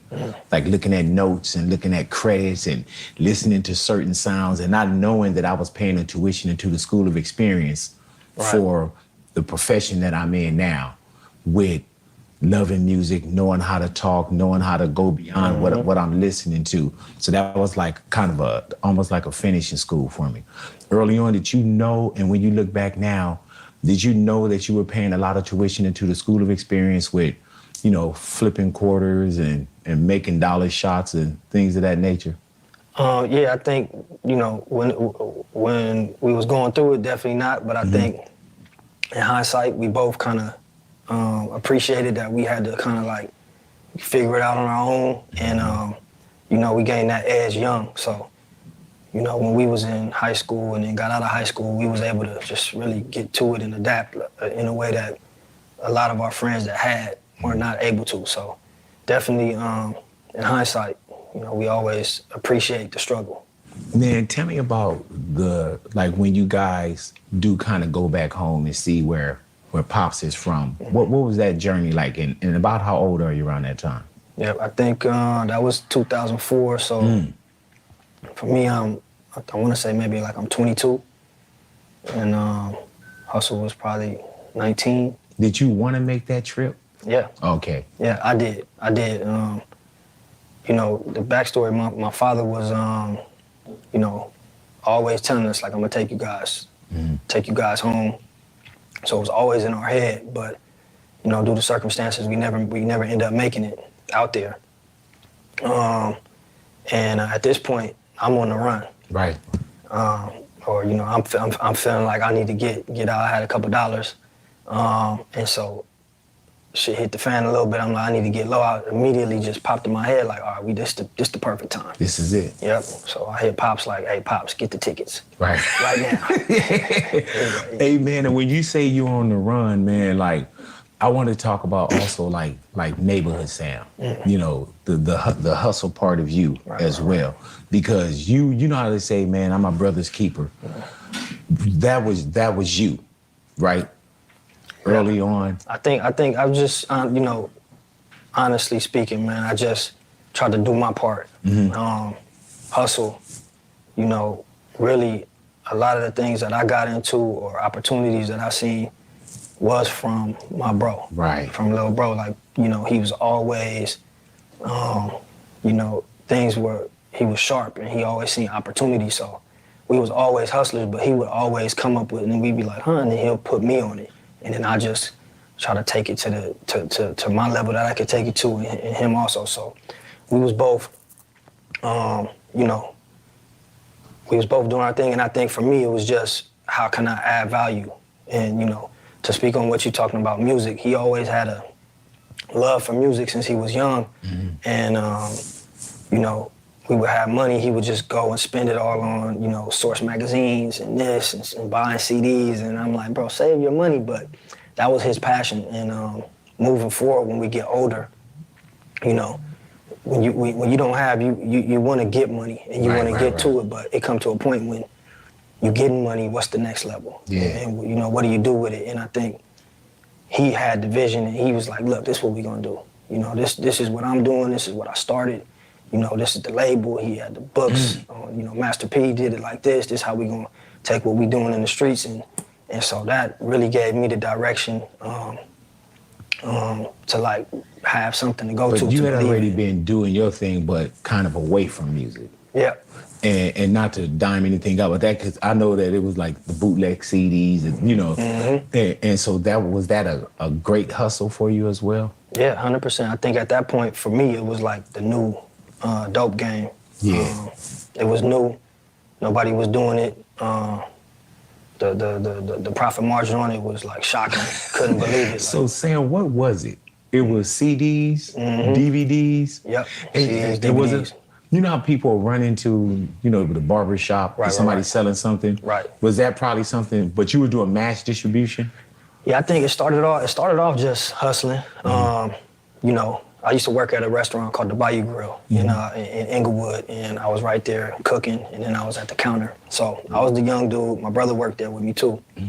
I was the young dude at the counter that would, all the hustlers, all the niggas selling dope, everybody would come through and they would see me back there, you know, tighten me up, give me some game. I would observe a lot. So anybody coming through the Bayou Grill that had anything for sale, I was the dude behind the counter with a wad of money buying it. So from anything, you know, not to be speaking like that, but niggas that had pounds and had this and had that, I'm buying it and trying to flip it at the spot, you know. And the chip phones, the Uh-huh, phones hell at that yeah. time that was going on. How many you got? 15, give them to me. And, Yeah, and man. then I'll have them. And so I was hustling there.